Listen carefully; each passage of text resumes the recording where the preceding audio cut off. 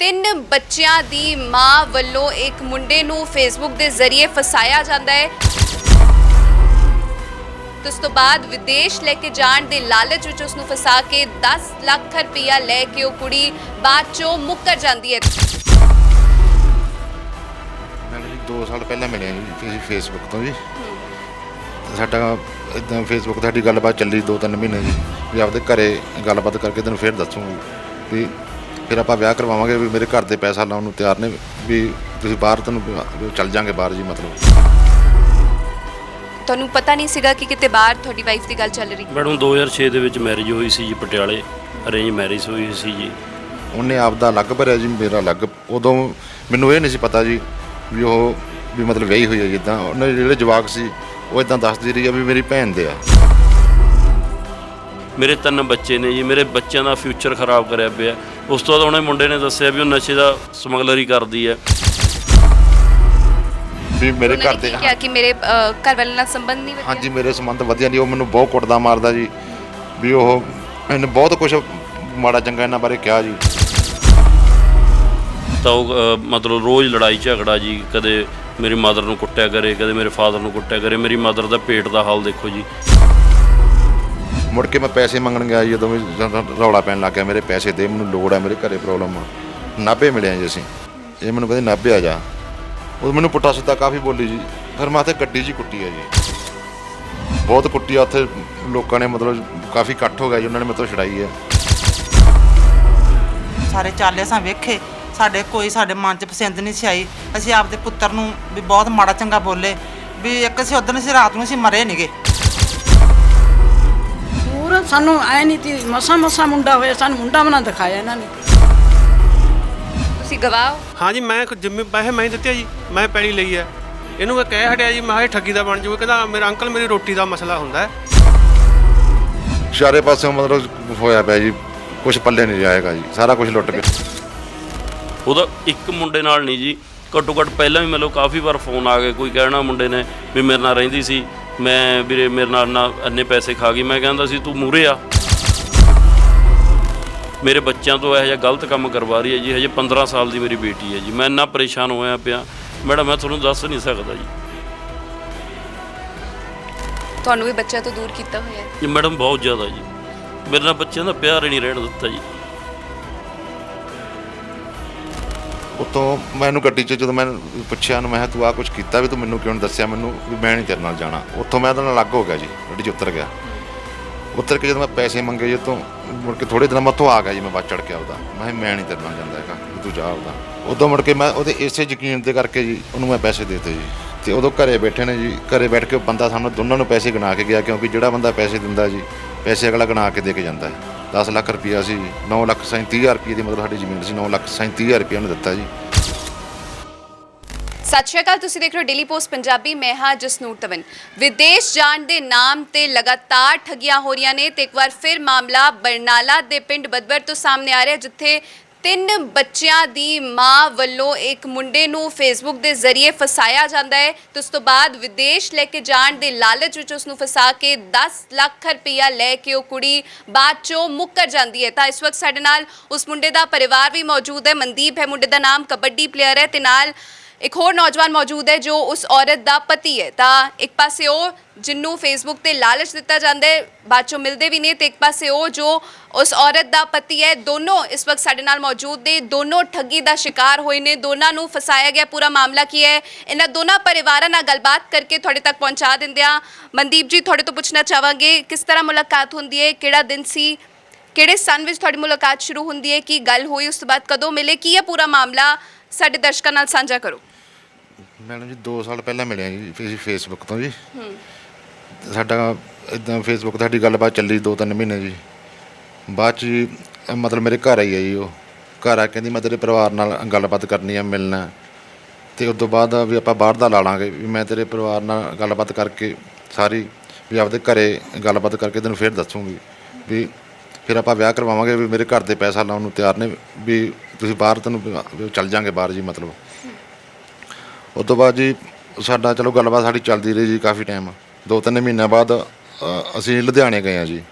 ਲੁਧਿਆਣੇ EGV ਵਾਲਿਆਂ ਦੇ ਜੀ। ਉੱਥੇ ਉਹਨੇ 5-5 ਹਜ਼ਾਰ ਰੁਪਈਆ ਸਾਡੇ ਦੋਨਾਂ ਦਾ ਭਰਿਆ ਜੀ, ਅਲੱਗ-ਅਲੱਗ। ਉਹਨੇ ਆਪਦਾ ਅਲੱਗ ਭਰਿਆ ਜੀ, ਮੇਰਾ ਅਲੱਗ। ਉਦੋਂ ਮੈਨੂੰ ਇਹ ਨਹੀਂ ਸੀ ਪਤਾ ਜੀ ਵੀ ਉਹ ਵੀ ਮਤਲਬ ਵਿਆਹੀ ਹੋਈ ਹੈ ਜੀ। ਇੱਦਾਂ ਉਹਨੇ ਜਿਹੜੇ ਜਵਾਕ ਸੀ ਉਹ ਇੱਦਾਂ ਦੱਸਦੀ ਰਹੀ ਆ ਵੀ ਮੇਰੀ ਭੈਣ ਦੇ ਆ, ਵੀ ਇਹ ਬੱਚੇ ਮੇਰੀ ਭੈਣ ਦੇ ਆ। ਅਤੇ ਚਲੋ ਅਸੀਂ ਚੱਲ ਗਏ ਜੀ ਉੱਥੇ, ਸਾਡੀ ਦੋਨਾਂ ਦੀ ਫਾਈਲ ਲੱਗੀ, 5-5 ਹਜ਼ਾਰ ਰੁਪਈਆ ਨੇ ਭਰਿਆ ਆਪਦੇ ਕੋਲੋਂ। ਭਰ ਕੇ ਬਾਅਦ 'ਚ ਉਹਦੇ ਘਰ ਦੇ ਮਤਲਬ ਵੀ ਮਾਂ ਪਿਓ ਕਹਿੰਦੀ ਤੇ ਵੀ ਮੇਰੇ ਮਾਂ ਪਿਓ ਇਹ ਗੱਲ ਕਹਿੰਦੇ ਆ ਵੀ ਜੇ ਬਾਹਰ ਜਾਣਾ ਤੁਸੀਂ ਵੀ ਮੁੰਡੇ ਨੇ ਪੈਸੇ ਲਾਉਣੇ ਆ, ਵੀ ਅਸੀਂ ਮੁੰਡੇ ਦੇ ਪੈਸੇ ਲਾਉਣੇ ਆ ਮਤਲਬ, ਅਤੇ ਵੀ ਕੁਛ ਨਾ ਕੁਛ ਪੈਸੇ ਮੁੰਡਾ ਵੀ ਲਾਵੇ। ਅਤੇ ਬਾਅਦ 'ਚ ਮੈਨੂੰ ਇਹ ਗੱਲ ਵੀ ਕਹੀ ਵੀ ਤੂੰ ਕੁਛ ਪੈਸੇ ਤੂੰ ਹੀ ਕਰ। ਅਤੇ ਪੈਸੇ ਜੀ ਫਿਰ ਮੈਂ ਉਹਦੇ ਘਰ ਗੱਲਬਾਤ ਕੀਤੀ। ਉਹ ਆਪ ਵੀ ਆਈ ਇੱਥੇ ਤੱਕ ਆ ਕੇ ਮੇਰੇ ਘਰਦਿਆਂ ਨੂੰ ਕਹੀ ਵੀ ਤੁਸੀਂ ਪੈਸਿਆਂ ਦਾ ਕਰੋ, ਵੀ ਮੈਂ ਜ਼ਿੰਮੇਵਾਰ ਹਾਂ, ਵੀ ਮੇਰੇ ਤੋਂ ਚਾਹੇ ਤੁਸੀਂ ਲਿਖਾ ਲਓ, ਕੁਛ ਕਰ ਲਓ। ਲਾਲਚ ਨੇ ਬਥੇਰੇ ਦਿੱਤੇ ਜੀ। ਚਲੋ ਮੈਂ ਇਹਦੀਆਂ ਗੱਲਾਂ 'ਚ ਆ ਕੇ ਜੀ ਮੈਂ ਉਹਦੇ ਘਰਦਿਆਂ ਨਾਲ ਲੜ ਕੇ ਮੈਂ 3 ਕਨਾਲਾਂ 5 ਮਰਲੇ ਜ਼ਮੀਨ ਵੇਚ ਕੇ ਜੀ ਉਹਦਾ ਸਾਰਾ ਪਰਿਵਾਰ ਘਰੇ ਆਇਆ ਜੀ। ਮੇਰੇ ਦਾ ਬਲਵਿੰਦਰ ਕੁਮਾਰ ਦਾ ਪਿਓ ਜੀ, ਆਸ਼ੀਸ਼ ਸ਼ਰਮਾ ਉਹਦਾ ਭਰਾ ਜੀ, ਅਤੇ ਉਹਦੀ ਭਾਬੀ ਅਤੇ ਆਪ ਚਾਰੇ ਸ਼ਾਮ ਨੂੰ ਘਰੇ ਆਏ ਨੇ ਜੀ। ਜਿਹੜੇ ਬੰਦੇ ਨੇ ਜ਼ਮੀਨ ਖਰੀਦੀ ਆ ਜੀ, ਉਹ ਬੰਦਾ ਜਦੋਂ ਪੈਸੇ ਦੇਣ ਆਇਆ ਘਰੇ, ਅਤੇ ਉਦੋਂ ਘਰੇ ਬੈਠੇ ਨੇ ਜੀ। ਘਰੇ ਬੈਠ ਕੇ ਉਹ ਬੰਦਾ ਸਾਨੂੰ ਦੋਨਾਂ ਨੂੰ ਪੈਸੇ ਗਿਣਾ ਕੇ ਗਿਆ, ਕਿਉਂਕਿ ਜਿਹੜਾ ਬੰਦਾ ਪੈਸੇ ਦਿੰਦਾ ਜੀ ਪੈਸੇ ਅਗਲਾ ਗਿਣਾ ਕੇ ਦੇ ਕੇ ਜਾਂਦਾ। 10 ਲੱਖ ਰੁਪਈਆ ਸੀ, 9,37,000 ਰੁਪਈਏ ਦੀ ਮਤਲਬ ਸਾਡੀ ਜ਼ਮੀਨ ਸੀ। 9,37,000 ਰੁਪਈਆ ਉਹਨੇ ਦਿੱਤਾ ਜੀ, ਅਤੇ 9,37,000 ਰੁਪਈਆ ਅਸੀਂ ਦੋਨਾਂ ਨੇ ਗਿਣਿਆ ਜੀ, ਗਿਣ ਕੇ ਇਹਨੂੰ ਪੈਸੇ ਦਿੱਤੇ ਆ। ਉਦੋਂ ਮੁੜ ਕੇ ਜੀ ਮੇਰਾ ਯਕੀਨ ਉਹਦਾ ਕਿਵੇਂ ਬਣਿਆ ਜੀ ਵੀ ਮੈਨੂੰ ਪੈਸੇ ਕਿਉਂ ਦਿੱਤੇ, ਵੀ ਯਕੀਨ ਵੀ ਨਗਦ ਕੈਸ਼ ਪੈਸੇ ਦਿੱਤੇ ਜੀ। ਮੈਨੂੰ ਕੈਸ਼ ਇੱਦਾਂ ਦਿੱਤੇ ਜੀ। ਮੇਰੇ ਜਦੋਂ ਘਰੇ ਆਈ ਹੈ ਜੀ ਮੇਰੇ ਮਾਂ ਪਿਓ ਨੇ ਜੀ, ਮਾਂ ਪਿਓ ਮੇਰੇ ਰਹਿੰਦੇ ਸੀ ਬਿਮਾਰ ਜੀ, ਬਹੁਤ ਬਿਮਾਰ ਰਹਿੰਦੇ ਨੇ। ਅਤੇ ਮੈਂ ਮਲੇਰਕੋਟਲੇ ਮੇਰਾ ਡੈਡੀ ਦਾਖਲ ਸੀਗਾ ਜੀ। ਉਹ ਚਲੋ ਮੇਰੇ ਨਾਲ ਆ ਕੇ ਮੇਰੇ ਡੈਡੀ ਨੂੰ ਗੱਡੀ 'ਚ ਲੈ ਕੇ ਵੀ ਜਾਂਦੀ ਰਹੀ ਜੀ। ਮੇਰੇ ਤੋਂ ਉਹਨੇ ਕੋਈ ਤੇਲ ਨਹੀਂ ਸੀ ਪਵਾਇਆ ਕਦੀ, ਅਤੇ 4-5 ਗੇੜੇ ਲੱਗੇ ਨੇ ਮਲੇਰਕੋਟਲੇ ਦੇ ਜੀ। ਅਤੇ ਉਹਨੇ ਕੁਛ 20-25 ਹਜ਼ਾਰ ਰੁਪਈਆ ਮੇਰੇ ਪਿਓ 'ਤੇ ਲਾਇਆ ਜੀ। ਮੇਰੇ ਕੋਲ ਪੈਸੇ ਥੋੜ੍ਹੇ ਸੀ, ਮੇਰਾ ਹੱਥ ਟਾਈਟ ਸੀ। ਚਲੋ ਉਹਨੇ 20-25 ਹਜ਼ਾਰ ਰੁਪਈਆ ਮੇਰੇ ਮਾਂ ਪਿਓ 'ਤੇ ਜਦੋਂ ਲਾਇਆ ਜੀ, ਉਦੋਂ ਮੁੜ ਕੇ ਮੇਰੀ ਮੰਮੀ ਬਿਮਾਰ ਹੋ ਗਈ। ਮੰਮੀ ਮੇਰੀ ਪਟਿਆਲੇ ਮੈਂ ਦਾਖਲ ਰੱਖੀ ਆ ਜੀ। ਉੱਥੇ ਅੱਗੇ ਹੋ ਕੇ ਇਹਨੇ ਰਿਪੋਰਟਾਂ ਕਰਾਈਆਂ ਜੀ ਮੇਰੇ ਮਾਂ ਦੀਆਂ ਸਾਰੀਆਂ, ਕਿਉਂਕਿ ਮੇਰੀ ਮੰਮੀ ਦਾ ਇੰਨਾ ਕੁ ਬੁਰਾ ਹਾਲ ਸੀ। ਮੈਂ ਅਤੇ ਨਾਲ ਮੇਰਾ ਸਾਡਾ ਪ੍ਰਾਹੁਣਾ ਸੀਗਾ ਜੀ, ਅਸੀਂ ਦੋਨਾਂ ਨੇ ਬਸ ਫੜ ਕੇ ਚੱਕ ਹੀ ਲਿਆਂਦੇ ਸੀ। ਵੈਸੇ ਇੱਕ ਵੀ ਮਰੀ ਪਈ ਨੂੰ ਇੱਦਾਂ ਸੀ ਵੀ ਬਚਦੀ ਨਹੀਂ ਜੀ, ਅਸੀਂ ਚੱਕ ਕੇ ਲੈ ਕੇ ਜਾਂਦੇ ਸੀਗੇ। ਅਤੇ ਇਹ ਅੱਗੇ ਮਤਲਬ ਸਾਰਾ ਕੁਛ ਦਵਾਈਆਂ ਜਾਂ ਰਿਪੋਰਟ ਕਰਾਉਣੀ ਕੋਈ ਇਹ ਕਰਵਾਉਂਦੀ ਸੀ। ਰੋਟੀ ਪਾਣੀ ਵੀ ਸਾਰਾ ਉਹਨੇ ਘਰੋਂ ਕਰਿਆ ਜੀ, ਅਤੇ ਪੈਸੇ ਵੀ ਚਲੋ ਉਹਨੇ ਕੁਛ ਲਾਏ। ਅਤੇ ਬਸ ਇੰਨਾ ਕੁ ਯਕੀਨ ਬਣ ਗਿਆ ਜੀ ਮੈਨੂੰ ਵੀ ਜਿਹੜਾ ਬੰਦਾ ਵਿਸ਼ਵਾਸ, ਹਾਂਜੀ, ਵੀ ਮੇਰੇ ਮਾਂ ਪਿਓ 'ਤੇ ਕੋਈ ਵੀ ਬੰਦਾ ਜੀ, ਜਿਹੜੇ ਬੰਦੇ ਮਾਂ ਪਿਓ 'ਤੇ ਬੰਦਾ ਕੋਈ ਪੈਸੇ ਲਾਉਂਦਾ ਹੈ ਵੀ ਇਹ ਬੰਦਾ ਮੇਰੇ ਨਾਲ ਖੜਾ। ਔਖੇ ਟਾਈਮ ਉਦੋਂ ਮੇਰੇ ਨਾਲ ਕੋਈ ਵੀ ਨਹੀਂ ਸੀ ਖੜਾ ਜੀ। ਮੇਰੇ ਕੋਲ ਪੈਸੇ ਨਹੀਂ ਸੀ, ਕਿਸੇ ਨੇ ਮੇਰਾ ਸਾਥ ਨਹੀਂ ਦਿੱਤਾ ਸੀ, ਕੋਈ ਵੀ, ਚਾਹੇ ਕੋਈ ਰਿਸ਼ਤੇਦਾਰ ਆ, ਕੋਈ ਕਿਸੇ ਨੇ ਮੇਰਾ ਕੋਈ ਸਾਥ ਨਹੀਂ ਦਿੱਤਾ ਸੀ। ਉਦੋਂ ਮੇਰਾ ਹੱਥ ਇੰਨਾ ਕੁ ਟਾਈਟ ਸੀ। ਉਹ ਮੇਰੇ 'ਤੇ ਉਹਨੇ 30-35 ਹਜ਼ਾਰ ਰੁਪਈਆ ਲਾਇਆ ਜੀ। ਵਿਸ਼ਵਾਸ ਉਹਨੇ ਮੇਰਾ ਜਿੱਤਿਆ ਜੀ। ਮੇਰਾ ਯਕੀਨ ਇੰਨਾ ਕੁ ਬਣ ਗਿਆ ਵੀ ਮੇਰੇ ਮਾਂ ਪਿਓ 'ਤੇ ਵੀ ਜਿਹੜਾ ਪੈਸੇ ਲਾ ਰਿਹਾ ਵੀ ਉਹ ਸੱਚਾ ਹੋਏਗਾ, ਵੀ ਉਹ ਮੇਰੇ ਨਾਲ ਧੋਖਾ ਨਹੀਂ ਕਰ ਸਕਦਾ ਜੀ। ਉਦੋਂ ਮੁੜ ਕੇ ਮੈਂ ਉਹਦੇ ਇਸੇ ਯਕੀਨ ਦੇ ਕਰਕੇ ਜੀ ਉਹਨੂੰ ਮੈਂ ਪੈਸੇ ਦੇ ਦਿੱਤੇ ਜੀ। ਵੀ ਬੱਤੋਂ ਕੋਈ ਮਤਲਬ ਕੈਸ਼ ਪੈਸੇ 'ਤੇ ਕੋਈ ਪ੍ਰੂਫ ਨਹੀਂ ਮੰਗਿਆ ਜੀ, ਕੋਈ ਮਤਲਬ ਉਹਨੂੰ ਬੈਂਕ ਰਾਹੀਂ ਨਹੀਂ ਪਾਏ। ਕੈਸ਼ ਪੈਸੇ ਜਿੱਦਾਂ ਆਏ ਜੀ ਪੈਸੇ ਮੇਰੇ ਕੋਲ, ਉੱਦਾਂ ਹੀ ਮੈਂ ਉਹਨੂੰ ਪੈਸੇ ਫੜਾਤੇ ਚੱਕ ਕੇ ਜੀ। ਉਹ ਤੋਂ ਬਾਅਦ 'ਚ ਜੀ ਮੇਰੇ ਨਾਲ ਉਹ ਜਦੋਂ ਪੈਸੇ ਲੈ ਕੇ ਮੇਰੇ ਨਾਲ ਬਸ ਲੜਾਈ ਝਗੜੇ। ਮੈਂ ਬਾਅਦ 'ਚ ਉਹਦੇ ਪਿਓ ਨੂੰ ਫੋਨ ਕੀਤਾ ਜੀ, ਬਲਵਿੰਦਰ ਕੁਮਾਰ ਨੂੰ। ਉਹਨੂੰ ਫੋਨ ਕਰਕੇ ਕਹਿੰਦਾ ਰਿਹਾ ਵੀ ਭਾਈ ਤੁਸੀਂ ਮੇਰੇ ਤੋਂ ਪੈਸੇ ਲੈ ਕੇ ਗਏ ਹੋ, ਮੇਰੀ ਗੱਲਬਾਤ ਕੋਈ ਸੁਣੋ ਹੁਣ। ਵੀ ਤੁਹਾਡੀ ਕੁੜੀ ਨੇ ਮੇਰੇ ਨੰਬਰ ਬਲੌਕ ਕਰਤੇ। ਉਹਨਾਂ ਨੇ ਮੇਰੀ ਕੋਈ ਗੱਲ ਨਹੀਂ ਸੁਣੀ ਜੀ। ਉਹਦੇ ਪੈਸੇ ਲੈ ਕੇ ਜਾਣ ਤੋਂ ਬਾਅਦ ਨੰਬਰ ਬਲੌਕ ਕਰਤੇ। ਹਾਂਜੀ, ਮੁੜ ਕੇ ਤੇ ਮੈਂ ਭਰਾ ਨੂੰ ਫੋਨ ਮੈਸੇਜ ਕੀਤੇ ਜੀ, ਉਹਨੇ ਮੇਰੀ ਕੋਈ ਗੱਲ ਨਹੀਂ ਸੁਣੀ, ਮੇਰਾ ਨੰਬਰ ਬਲੌਕ ਕਰਤਾ ਜੀ। ਭਾਬੀ ਨੂੰ ਮੈਂ ਕੀਤਾ ਜੀ, ਉਹਨੇ ਮੇਰਾ ਨੰਬਰ ਬਲੌਕ ਕਰਤਾ ਜੀ। ਉਹ ਬਾਅਦ 'ਚ ਇਹਦੇ ਮਾਮੇ ਨੂੰ ਕੀਤਾ ਜੀ, ਮਾਮਾ ਦਾ ਖੰਨੇ ਜੀ ASI ਹੈ ਜੀ। ਉਹਨੂੰ ਮੈਂ ਸਾਰੀ ਗੱਲਬਾਤ ਦੱਸੀ ਵੀ ਇੱਦਾਂ ਕਰਕੇ ਆਹ ਗੱਲਬਾਤ ਨੂੰ। ਮੈਂ ਫੋਟੋਆਂ ਵਿਖਾਈਆਂ ਜਿੰਨੀਆਂ ਮੇਰੇ ਕੋਲ ਫੋਟੋਆਂ ਸੀ। ਅਤੇ ਉਹ ਬੰਦੇ ਨੇ ਮੇਰੇ ਤੋਂ 15 ਦਿਨਾਂ ਦਾ ਟਾਈਮ ਲਿਆ ਜੀ। 15 ਦਿਨਾਂ ਦਾ ਟਾਈਮ ਲੈ ਕੇ ਮੈਨੂੰ ਕਹਿੰਦਾ ਵੀ ਮੈਂ ਉਹਦੇ ਕੁੜੀ ਦੇ ਭਰਾ ਨੂੰ ਅਤੇ ਮੈਂ ਦੋਨੇ ਗੱਡੀ ਲੈ ਕੇ ਤੇਰੇ ਘਰੇ ਆਵਾਂਗੇ। ਅਸੀਂ ਘਰੇ ਆ ਕੇ ਅਸੀਂ ਮੈਂ ਨਾਲ ਗੱਲਬਾਤ ਕਰਕੇ ਤੇਰਾ ਜਿਹੜਾ ਹੱਕ ਹੈ ਤੈਨੂੰ ਬਣਦਾ ਦਵਾਵਾਂਗੇ। ਮੁੜ ਕੇ 15 ਦਿਨਾਂ ਬਾਅਦ ਜਦੋਂ ਮੈਂ ਇਹਨੂੰ ਫੋਨ ਕੀਤਾ ਤਾਂ ਅੱਗੋਂ ਇਹਨਾਂ ਨੇ ਕੁੜੀ ਵਾਲਿਆਂ ਨੂੰ ਕਿਹਾ, ਆਪਦੇ ਮਾਮੇ ਨੂੰ, ਕੁੜੀ ਜਿਸ ਨੇ, ਵੀ ਮੁੰਡਾ ਤਾਂ ਚਿੱਟਾ ਪੀਂਦਾ, ਨਸ਼ੇ ਕਰਦਾ, ਵੀ ਉਹਦੀ ਗੱਲ ਨਾ ਸੁਣੋ, ਵੀ ਉਹ ਤਾਂ ਜਾਣ ਕੇ ਮੇਰੇ 'ਤੇ ਇਲਜ਼ਾਮ ਲਾ ਰਿਹਾ ਵੀ ਮੇਰਾ ਜਿਹੜਾ ਘਰ ਵਾਲਾ ਹੈਪੀ ਹੈ ਵੀ ਉਹਨੇ ਜਾਣ ਕੇ ਵੀ ਇਹ ਮੁੰਡੇ ਨੇ ਮੇਰੇ ਪਿੱਛੇ ਲਾਇਆ ਹੋਇਆ ਹੈ, ਵੀ ਉਹਨੇ ਮੇਰੇ ਪਿੱਛੇ ਲਾਇਆ, ਉਹਦੀ ਗੱਲ ਨਾ ਸੁਣੋ। ਅਤੇ ਜੇ ਮਾਮੇ ਨੇ ਮੈਂ ਫੋਨ ਲਾਇਆ ਜੀ, ਉਹਨੇ ਮੈਨੂੰ ਬਹੁਤ ਪੁੱਠਾ ਸਿੱਧਾ ਬੋਲਿਆ। ਅੱਗੋਂ ਮੈਂ ਵੀ ਉਹਨੂੰ ਪੁੱਠਾ ਸਿੱਧਾ ਬੋਲਿਆ ਜੀ। ਲੰਡੂ ਜਿਹਾ ਛਪਾਟਾ ਇੱਕ ਜੀ, ਪਤਾ ਨਹੀਂ ASI ਜਾਂ ਮਲੰਗ, ਪਤਾ ਨਹੀਂ ਕੌਣ ਆ ਜੀ ਉਹ। ਅਤੇ ਉਦੋਂ ਮੁੜ ਕੇ ਜੀ ਜਦੋਂ ਕੋਈ ਵੀ ਮੇਰੀ ਗੱਲਬਾਤ ਨਾ ਸੁਣੀ ਗਈ ਕਿਸੇ ਪਾਸੇ ਜੀ, ਮੈਂ ਫਿਰ ਵੀ 1-2 ਬੰਦਿਆਂ ਨੂੰ ਹੋਰ ਵਿੱਚ ਪਾਇਆ ਜੀ।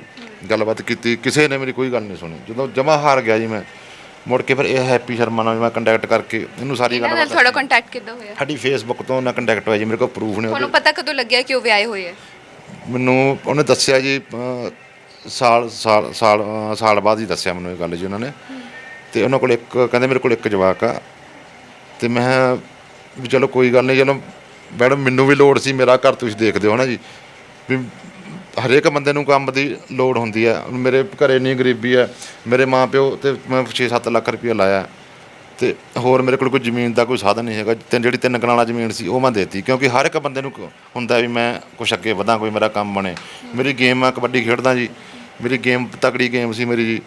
ਮੈਂ ਜਮਾ ਸਿਰੇ ਵਾਲੀ ਪੌੜੀ ਤੋਂ ਚੜ੍ਹ ਕੇ ਬਸ ਘਰ ਦੀ ਗਰੀਬੀ ਕਰਕੇ ਥੱਲੇ ਡਿੱਗਿਆ ਜੀ, ਨਹੀਂ ਖੇਡੇ, ਮੈਨੂੰ ਛੱਡਣੀ ਪੈ ਗਈ ਜੀ। ਤੇ ਚਾਰੇ ਪਾਸੇ ਮੈਨੂੰ ਕਿਸੇ ਪਾਸੇ ਕੋਈ ਘਰੋਂ ਮੈਂ ਜਾ ਨਹੀਂ ਸਕਦਾ ਸੀ, ਕਿਤੇ ਪ੍ਰਾਈਵੇਟ ਕੰਮ ਮੈਂ ਤਾਂ ਨਹੀਂ ਕਰ ਸਕਦਾ ਜੀ। ਮੈਂ ਉਹਦੇ ਮਾਂ ਪਿਓ ਨੂੰ 1 ਮਿੰਟ ਨਹੀਂ ਛੱਡ ਕੇ ਜਾ ਸਕਦਾ ਬਾਹਰ। ਇਹ ਨਹੀਂ ਪਤਾ ਮੇਰੀ ਮਾਂ ਕਦੋਂ ਡਿੱਗ ਪਏ, ਮੇਰੇ ਡੈਡੀ ਨੂੰ ਕਦੋਂ ਕੀ ਪ੍ਰੋਬਲਮ ਹੋ ਜਾਏ ਜੀ। ਮੈਂ 1 ਮਿੰਟ ਇਹਨਾਂ ਨੂੰ ਛੱਡ ਕੇ ਬਾਹਰ ਨਹੀਂ, ਮੈਂ ਹਰ ਟਾਈਮ ਘਰੇ ਰਹਿਣਾ ਜੀ, ਕਿਸੇ ਕੰਮ 'ਤੇ ਵੀ ਮੈਂ ਲੱਗ ਸਕਦਾ। ਇਹ ਤੋਂ ਬਾਅਦ ਜੀ ਮਤਲਬ ਚਾਰੇ ਪਾਸਿਓਂ ਮਤਲਬ ਹੋਇਆ ਪਿਆ ਜੀ, ਕੁਛ ਪੱਲੇ ਨਹੀਂ ਜਾਏਗਾ ਜੀ, ਸਾਰਾ ਕੁਝ ਲੁੱਟ ਕੇ ਜਦੋਂ ਉਹਨਾਂ ਨੇ ਦੱਸਿਆ ਕਿ ਉਹ ਵਿਆਹੀ ਹੋਈ ਹੈ ਕੁੜੀ ਤੇ ਇੱਕ ਬੱਚੇ ਦੀ ਮਾਂ ਵੀ ਹੈ, ਤਾਂ ਹਿੱਲੇ ਨਹੀਂ ਤੁਸੀਂ? ਹਿੱਲ ਗਏ ਹੋ? ਹਿੱਲੇ ਤਾਂ ਸੀਗੇ ਜੀ, ਹਿੱਲੇ ਤਾਂ ਬਹੁਤ ਸੀ, ਪਰ ਸੋਚਿਆ ਵੀ ਆਪਣੇ ਘਰ ਦੀ ਗਰੀਬੀ। ਉਹ ਕਹਿੰਦੀ, ਉਹਨੇ ਮੈਨੂੰ ਇਹ ਗੱਲ ਕਹੀ ਵੀ ਮੈਨੂੰ ਵੀ ਕੋਈ ਸਾਥੀ ਦੀ ਲੋੜ ਹੈ ਜਿਹੜਾ ਮੇਰੀ ਕਦਰ ਕਰੇ, ਵੀ ਮੇਰੇ ਉਹਨਾਂ ਘਰ ਨੇ ਦੇ। ਕੀ ਕਿਹਾ ਕਿ ਮੇਰੇ ਘਰ ਵਾਲੇ ਨਾਲ ਸੰਬੰਧ ਨਹੀਂ ਵਧੀਆ? ਹਾਂਜੀ, ਮੇਰੇ ਸੰਬੰਧ ਵਧੀਆ ਨਹੀਂ। ਉਹ ਮੈਨੂੰ ਬਹੁਤ ਕੁੱਟਦਾ ਮਾਰਦਾ ਜੀ, ਵੀ ਉਹ ਇਹਨੂੰ ਬਹੁਤ ਕੁਛ ਮਾੜਾ ਚੰਗਾ ਇਹਨਾਂ ਬਾਰੇ ਕਿਹਾ ਜੀ। ਤੇ ਮੈਂ ਇਹਦੀ ਸੁਣੀ, ਮੈਂ ਕਿਹਾ ਵੀ ਜਦੋਂ ਹੁਣ ਆਪਾਂ ਨੂੰ ਨਹੀਂ ਸੀ ਜਾਣਦੇ ਜੀ, ਆਪਾਂ ਨੂੰ ਨਹੀਂ ਸੀ ਪਤਾ ਕਿਸੇ ਬਾਰੇ, ਆਪਾਂ ਉਹ 'ਤੇ ਯਕੀਨ ਕੀਤਾ ਵੀ ਹਾਂ ਕੁੱਟਦਾ ਮਾਰਦਾ ਸੀ ਤੈਨੂੰ, ਵੀ ਮੈਂ ਉਹਦਾ ਤਲਾਕ ਲੈ ਕੇ ਵੀ ਆਪਾਂ ਵਿਆਹ ਕਰਵਾ ਲਾਂਗੇ, ਵੀ ਮੇਰੇ ਘਰ ਦੇ ਪੈਸੇ ਮੇਰੇ ਘਰ ਦੇ ਰਾਜੀ ਨੇ। ਮੈਂ ਵੀ ਉਹਨਾਂ ਨੂੰ ਸਾਰੀ ਗੱਲਬਾਤ ਦੱਸਤੀ ਤੇਰੇ ਬਾਰੇ, ਵੀ ਘਰ 'ਤੇ ਮੇਰੇ ਰਾਜੀ ਆ, ਵੀ ਪੈਸੇ ਲਾ ਕੇ ਆਪਾਂ ਬਾਹਰ ਚੱਲ ਜਾਂਗੇ, ਤੇ ਵੀ ਮੈਂ ਤੇਰੇ ਨਾਲ ਖੁਸ਼ ਹਾਂ, ਵੀ ਇਹਦੇ ਨਾਲ ਮੈਂ ਤਲਾਕ ਜਦੋਂ ਹੋਊਗਾ, ਵੀ ਮੈਂ ਤਲਾਕ ਇਹਦਾ ਨਾਲ ਲੈਣਾ ਨਹੀਂ, ਮਤਲਬ ਆਪਾਂ ਇੱਦਾਂ ਹੀ ਚੱਲਾਂਗੇ ਬਾਹਰ, ਵੀ ਮੇਰਾ ਪਿਓ ਆਪੀ ਕੇਸ ਬਾਅਦ 'ਚ ਸਾਂਭੂਗਾ, ਵੀ ਇਹਨਾਂ ਨੂੰ ਜਮਾ ਤੰਗ ਕਰਨਾ, ਦੁਖੀ ਕਰਨਾ ਇਹਨਾਂ ਨੂੰ। ਮੈਨੂੰ ਇਹ ਗੱਲ ਕਹਿੰਦੀ ਰਹੀ ਹੈ ਵੀ ਇਹਨਾਂ ਦਾ ਵੀ ਜਿੰਨਾ ਵੀ ਹੋ ਸਕੇ ਇਹਨਾਂ ਨੂੰ ਪਰੇਸ਼ਾਨ ਕਰਨਾ, ਵੀ ਇਹਨਾਂ ਤੋਂ ਤਲਾਕ, ਵੀ ਜਿੰਨੇ ਕੇਸ ਮੇਰੇ ਵੀ ਇੱਦਾਂ ਹੀ ਚੱਲੀ ਜਾਣਗੇ, ਆਪਾਂ ਚੋਰੀ ਬਾਹਰ ਨਿਕਲ ਜਾਵਾਂਗੇ, ਨਾਲੇ ਤੇਰੇ ਨਾਲ ਮੇਰੀ ਲਾਈਫ ਸੈੱਟ ਹੋ ਜੂ, ਮੇਰੇ ਨਾਲ ਤੇਰੀ ਹੋ ਜੂ। ਇੱਦਾਂ ਕਰਕੇ ਮੈਂ ਯਕੀਨ 'ਚ ਆ ਕੇ ਜੀ ਬਸ। ਉਸ ਤੋਂ ਬਾਅਦ ਪੈਸੇ ਦਿੱਤੇ, ਫਿਰ ਘਰ ਆਏ, ਘਰਦਿਆਂ ਦਾ ਵਿਸ਼ਵਾਸ ਜਿੱਤਿਆ, ਮਾਪਿਓ ਦਾ? ਹਾਂਜੀ, ਮਾਂ ਪਿਓ ਦਾ ਸਾਰੇ। ਇਹਨਾਂ ਨੂੰ ਇਹ ਗੱਲ ਕਹਿੰਦੀ ਰਹੀ ਵੀ ਤੁਸੀਂ 3 ਕਨਾਲ ਇਹ ਮੰਨਦੇ ਨਹੀਂ ਸੀ, ਮੇਰੇ ਨਾਲ ਲੜਦੇ ਸੀ ਜੀ, ਵੀ ਅਸੀਂ ਨਹੀਂ ਇਹ ਕੁਛ ਕਰਨਾ। ਮਾਪਿਆਂ ਦੇ ਖਿਲਾਫ ਜਾ ਕੇ ਜ਼ਮੀਨ ਵੇਚੀ? ਹਾਂਜੀ, ਵੀ 3 ਕਨਾਲਾਂ ਤੱਕ ਵੀ ਤੁਸੀਂ ਜ਼ਮੀਨ ਜਿਹੜੀ ਹੈਗੀ ਆ ਤੁਸੀਂ ਦੇ ਦਿਓ, ਮੈਂ 3 ਦੀ ਤੁਹਾਨੂੰ ਸਾਲ 6 ਮਹੀਨਿਆਂ ਦੇ ਵਿੱਚ ਜਦੋਂ ਤੁਸੀਂ ਚੜ੍ਹ ਗਏ, ਵੀ ਮੈਂ ਤੁਹਾਨੂੰ 6 ਕਨਾਲਾਂ ਜ਼ਮੀਨ ਵੀ ਲੈ ਕੇ ਦੇਵਾਂਗੀ, ਮੇਰੇ ਵੀ ਚਾਹੇ ਮੇਰੇ ਤੋਂ ਤੁਸੀਂ ਲਿਖਾ ਲਓ, ਮੇਰੀ ਜ਼ਬਾਨ ਹੈ ਇੱਦਾਂ।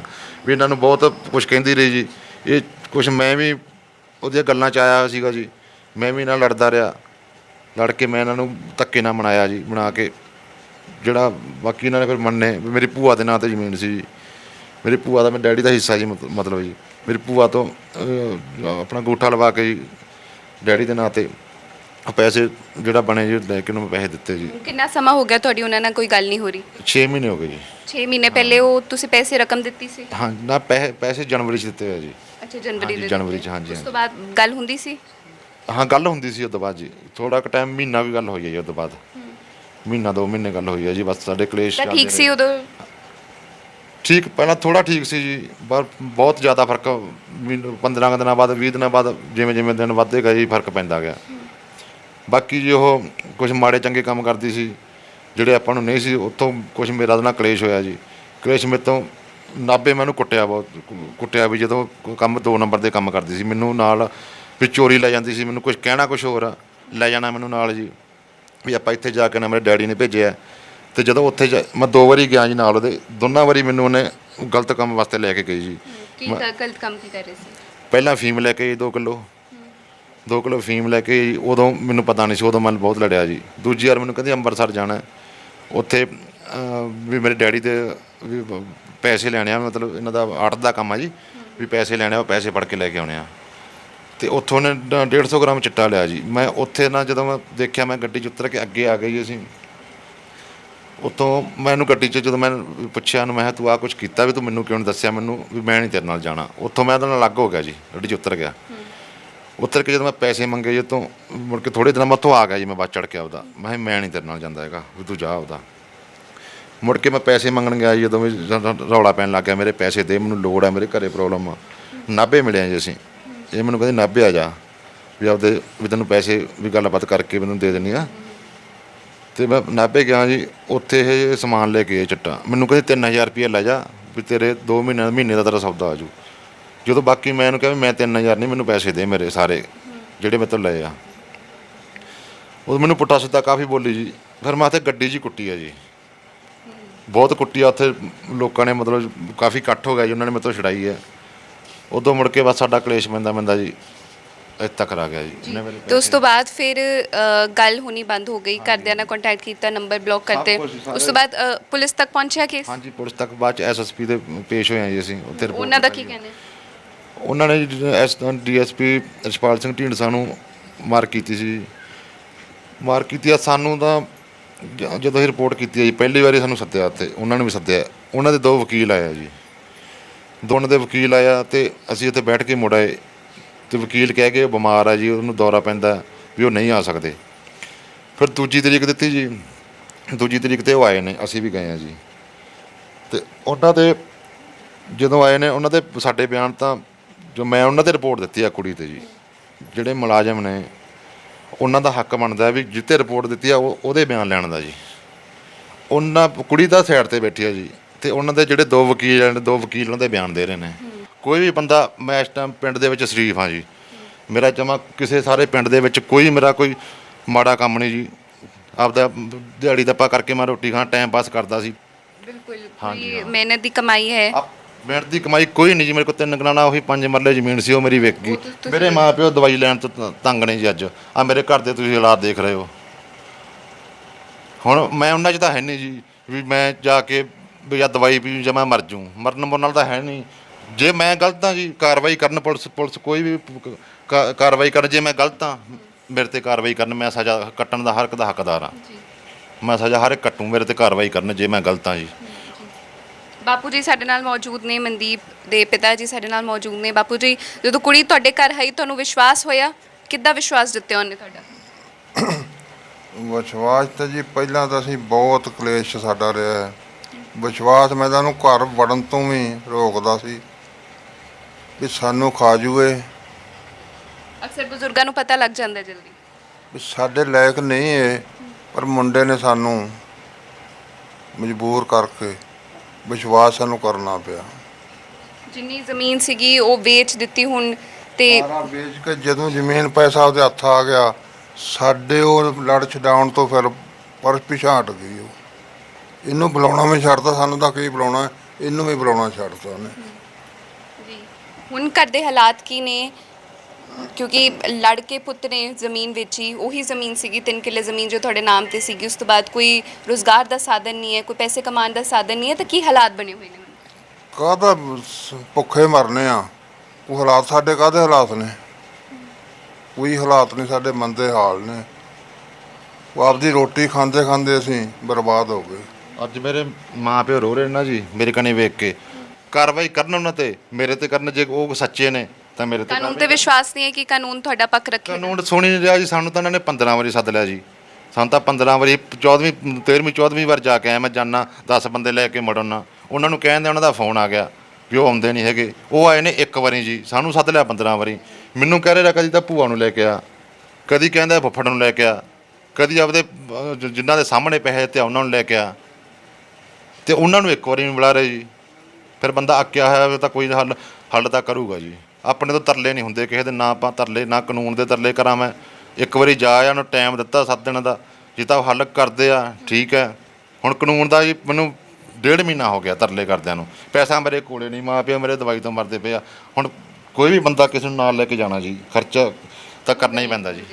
ਮਾਤਾ ਜੀ ਵੀ ਸਾਡੇ ਨਾਲ ਇਸ ਵਕਤ ਮੌਜੂਦ ਨੇ। ਮਾਤਾ ਜੀ, ਤੁਹਾਨੂੰ ਵਿਸ਼ਵਾਸ ਸੀਗਾ ਕੁੜੀ ਤੇ? ਪੂਰੇ ਜ਼ਮੀਨ ਮੁੰਡੇ ਨੇ ਕੁੜੀ ਦੇ ਨਾਂ ਤੇ ਵੇਚਤੀ, ਉਸ ਤੋਂ ਬਾਅਦ ਕੁੜੀ ਮੁੱਕਰ ਜਾਂਦੀ ਹੈ, ਤਾਂ ਮਾਪਿਓ ਦੇ ਵੀ ਬਹੁਤ ਔਖੇ, ਕਿਉਂਕਿ ਜੋ ਤੁਹਾਡੀ ਸਿਹਤ ਵੀ ਨਹੀਂ ਸਹੀ ਰਹਿੰਦੀ, ਤਾਂ ਹੁਣ ਜੋ ਰੁਜ਼ਗਾਰ ਦਾ ਸਾਧਨ ਨਹੀਂ ਹੈ, ਕਮਾਉਣ ਦਾ ਸਾਧਨ ਨਹੀਂ ਹੈ, ਜ਼ਮੀਨ ਸੀਗੀ ਉਹ ਵੀ ਹੱਥੋਂ ਚਲੀ ਗਈ, ਤੇ ਕੀ ਹਾਲਾਤ ਕੀ ਬਣੇ ਹੋਏ ਨੇ? ਹਾਂ ਜੀ, ਜਿੱਦਣ ਸਾਡੇ ਘਰ ਆਈ ਸੀ, ਪਹਿਲੇ ਦਿਨ ਆਈ ਸੀ, ਆਣ ਕੇ ਸਾਡੇ ਘਰ ਆਈ, ਜਦੋਂ ਸਾਨੂੰ ਉਹਦੀ ਸਾਰੇ ਚਾਲੇ ਅਸਾਂ ਵੇਖੇ, ਸਾਡੇ ਮਨ 'ਚ ਪਸੰਦ ਨਹੀਂ ਸੀ ਆਈ। ਅਸੀਂ ਆਪਦੇ ਪੁੱਤਰ ਨੂੰ ਵੀ ਬਹੁਤ ਮਾੜਾ ਚੰਗਾ ਬੋਲੇ ਵੀ। ਇੱਕ ਅਸੀਂ ਉਦੋਂ ਅਸੀਂ ਰਾਤ ਨੂੰ ਅਸੀਂ ਮਰੇ ਨਹੀਂਗੇ।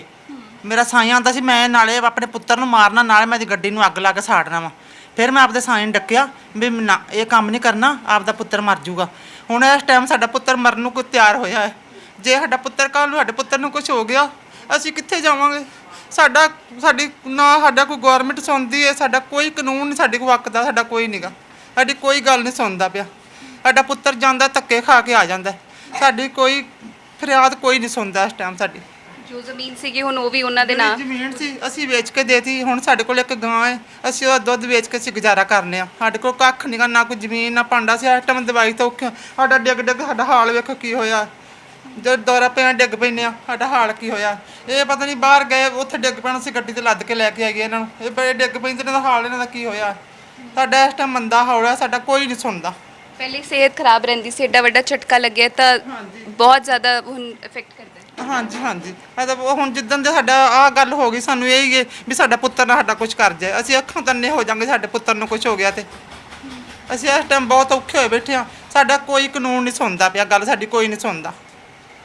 ਤਾਂ ਜ਼ਰੂਰ ਕਾਨੂੰਨ ਦੇ ਜ਼ਰੀਏ ਜੇ ਇਨਸਾਫ ਲੈਣਾ ਹੋਏ ਤਾਂ ਵਕਤ ਤਾਂ ਜ਼ਰੂਰ ਲੱਗਦਾ ਹੈ, ਪਰ ਇਸ ਦੇ ਨਾਲ ਹੀ ਸਾਡੇ ਨਾਲ ਹੈਪੀ ਵੀ ਮੌਜੂਦ ਨੇ ਜਿਨ੍ਹਾਂ ਦੀ ਵਾਈਫ ਰਹੀ ਹੈ, 3 ਬੱਚੇ ਤੁਹਾਡੇ ਹੋਏ ਉਹਨਾਂ ਨਾਲ। ਉਸ ਤੋਂ ਬਾਅਦ ਕਿਸ ਸੰਨ ਦੇ ਵਿੱਚ ਵਿਆਹ ਹੋਇਆ, ਕੀ ਮੁਸ਼ਕਿਲ ਆਈਆਂ, ਕੀ ਤੁਹਾਨੂੰ ਪਤਾ ਨਹੀਂ ਸੀਗਾ ਕਿ ਕਿਤੇ ਬਾਹਰ ਤੁਹਾਡੀ ਵਾਈਫ ਦੀ ਗੱਲ ਚੱਲ ਰਹੀ ਹੈ?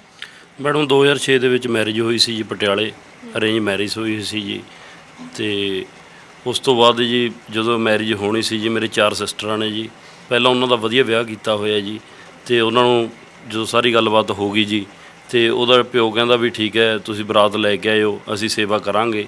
ਸਿਰਫ ਇਕੱਲੀ ਸੇਵਾ ਦੀ ਗੱਲ ਹੋਈ ਸੀ ਜੀ। ਤੇ ਜਦੋਂ ਮਤਲਬ ਮੈਰਿਜ ਹੋਈ ਸੀ ਜੀ, ਹੁਣ ਤੋਂ 2-3 ਦਿਨ ਪਹਿਲਾਂ ਉਹ ਕਿਤੇ ਗਸੀ ਖਾ ਕੇ ਡਿੱਗ ਗਿਆ ਜੀ। ਉਸ ਤੋਂ ਬਾਅਦ ਜਿਹੜਾ ਵਿਚੋਲਾ ਸੀ ਉਹ ਕਹਿੰਦਾ ਵੀ ਉਹਦੀ ਐਫਡੀ ਸੀ ਕੋਈ, ਵੀ ਐਫਡੀ ਬੰਦ ਹੋ ਗਈ, ਵੀ ਉਹ ਕਹਿੰਦਾ ਵੀ ਪੰਡਿਤ ਜੀ ਕਹਿੰਦੇ ਨੇ ਵੀ ਮੇਰੇ ਤੋਂ ਹੋਣਾ ਨਹੀਂ ਮੈਰਿਜ, ਮੈਂ ਕਿਵੇਂ ਕਰਾਂ। ਮੇਰੇ ਫਾਦਰ ਨੇ ਜੀ ਉਹਨਾਂ ਨੂੰ ਪੈਸੇ ਦਿੱਤੇ, ਖੁਦ ਆਪਦੀ ਕਾਰ ਨਵੀਂ ਕਾਰ ਖਰੀਦ ਕੇ। ਮੈਂ ਘਰੇ ਕਿਹਾ ਮੈਂ ਕਾਰ ਲੈਣੀ ਹੈ, ਮੈਨੂੰ ਕਾਰ ਦਾ ਚਾਅ ਹੈ। ਜਦੋਂ ਆਪਾਂ ਨੇ 4 ਸਿਸਟਰਾਂ ਨੂੰ ਕਾਰਾਂ ਦਿੱਤੀਆਂ ਨੇ, ਤੇ ਮੇਰੇ ਫਾਦਰ ਨੇ ਬਿਨਾਂ ਦੱਸੇ ਕਾਰ ਖਰੀਦ ਕੇ ਉੱਥੇ ਮੈਰਿਜ ਪੈਲਸ ਦੇ ਲਵੇ ਲਾਤੀ ਜੀ, ਵੀ ਕਾਰ ਪੁੱਤਰ ਤੈਨੂੰ ਲੈਤੀ। ਉਸ ਤੋਂ ਬਾਅਦ ਜੀ ਜਦੋਂ ਉਹ ਆਈ ਆਉਣ ਸਾਰੇ, ਉਹ ਮੇਰੇ ਤੋਂ ਕਮ ਸੇ ਕਮ 7-8 ਸਾਲ ਪਹਿਲੀ ਵੱਡੀ ਸੀ ਜੀ। ਤੇ ਮੇਰੀ ਮੈਰਿਜ ਵਾਲੀ ਫੋਟੋ ਦੇਖ ਲਓ, ਮੈਨੂੰ ਉਦੋਂ 18ਵਾਂ ਸਾਲ ਲੱਗਿਆ ਹੋਇਆ ਸੀ ਮੈਡਮ। ਤੇ ਇੰਨੀ ਛੋਟੀ ਉਮਰ 'ਚ ਵਿਆਹ ਹੋ ਗਿਆ। ਅਰੇਂਜ ਮੈਰਿਜ ਸੀ ਜਾਂ ਲਵ ਮੈਰਿਜ? ਅਰੇਂਜ ਮੈਰਿਜ ਸੀ ਜੀ। ਬਸ ਮੇਰੇ ਫਾਦਰ ਨੂੰ ਗਏ ਸੀ ਕਿਸੇ ਦਾ ਰਿਸ਼ਤਾ ਕਰਨੇ ਜੀ, ਉਹ ਕਹਿੰਦਾ ਵੀ ਮੇਰੀ ਬੇਟੀ ਵੱਡੀ ਹੈ, ਬਸ ਮੈਂ ਰਿਸ਼ਤਾ ਤੇਰੇ ਮੁੰਡੇ ਨੂੰ ਕਰਨਾ। ਉਸ ਤੋਂ ਬਾਅਦ ਜੀ ਮੈਰਿਜ ਹੋ ਗਈ। ਹੁਣ ਤੋਂ ਬਾਅਦ ਮੈਨੂੰ ਪਤਾ ਨਾ ਹੈ ਨਹੀਂ ਸੀ ਮੈਡਮ। ਉਸ ਤੋਂ ਬਾਅਦ ਮੇਰੇ ਬੇਟੀ ਹੋ ਗਈ ਜੀ ਇੱਕ। ਜਦੋਂ ਬੇਟੀ ਹੋ ਗਈ ਜੀ, ਉਸਨੇ ਉਸ ਤੋਂ ਬਾਅਦ ਲੜਨਾ ਪਿੜਨਾ ਸ਼ੁਰੂ ਕਰਤਾ ਜੀ। ਅਸੀਂ ਐਂ ਕਹਿੰਦੇ ਸੀ ਵੀ ਯਾਰ ਵੀ ਜੇ ਬਾਹਰ ਪਤਾ ਲੱਗੂ ਸਾਡੀ ਬੇਇੱਜ਼ਤੀ ਹੋਊਗੀ। ਰੋਜ਼ ਉਹਨੇ ਧਮਕੀਆਂ ਦੇਣੀਆਂ ਜੀ, ਕਦੇ ਉਹਨੇ ਭਰਾ ਨੂੰ ਬੁਲਾ ਲੈਣਾ, ਕਦੇ ਆਪਦੇ ਪਿਓ ਨੂੰ ਬੁਲਾ ਲੈਣਾ। ਜੇ ਕਿਸੇ ਮਾੜੀ ਜੀ ਗੱਲ ਤੋਂ ਵੀ ਉਹਨੂੰ ਕੁਛ ਗੁੱਸੇ ਵੀ ਹੋ ਜਾ, ਅੱਖਾਂ ਵੀ ਕੱਢਦੇ, ਉਹ ਬਕਾਇਦਾ ਸਾਨੂੰ ਕੁੱਟਣ ਨੂੰ ਆਉਂਦੀ ਸੀ ਜੀ। ਉਸ ਤੋਂ ਬਾਅਦ ਜਦੋਂ 3 ਬੱਚੇ ਹੋ ਗਏ ਜੀ, 3 ਬੱਚੇ ਹੁੰਦੇ ਉਸ ਤੋਂ ਬਾਅਦ ਉਹਦੇ ਕਿਤੇ ਉਹਨਾਂ ਨੇ ਕੋਈ ਪਰਸਨਲ ਲੋਨ ਲੈਤਾ ਹੋਇਆ ਸੀ ਜੀ, ਉਹਨਾਂ ਦੀ ਕੋਠੀ ਦੀ ਨਿਲਾਮੀ ਹੋਈ ਸੀ ਜੀ। ਤੇ ਉਹਦਾ ਪਿਓ ਕਹਿੰਦਾ ਵੀ ਪੁੱਤ ਵੀ ਕੋਈ ਗੱਲ ਨਹੀਂ, ਸਾਡਾ ਸਾਥ ਦੇ, ਅਸੀਂ ਤੇਰਾ ਸਾਥ ਦੇਵਾਂਗੇ, ਕੋਈ ਗੱਲ ਨਹੀਂ। ਮੈਂ ਘਰਦਿਆਂ ਤੋਂ ਜੀ ਬਿਨਾਂ ਪੁੱਛੇ ਜੀ ਗੋਲਡ ਲੋਨ ਕਰਾ ਕੇ ਜੀ ਉਹਨਾਂ ਨੂੰ ਪੈਸੇ ਦਿੱਤੇ ਜੀ।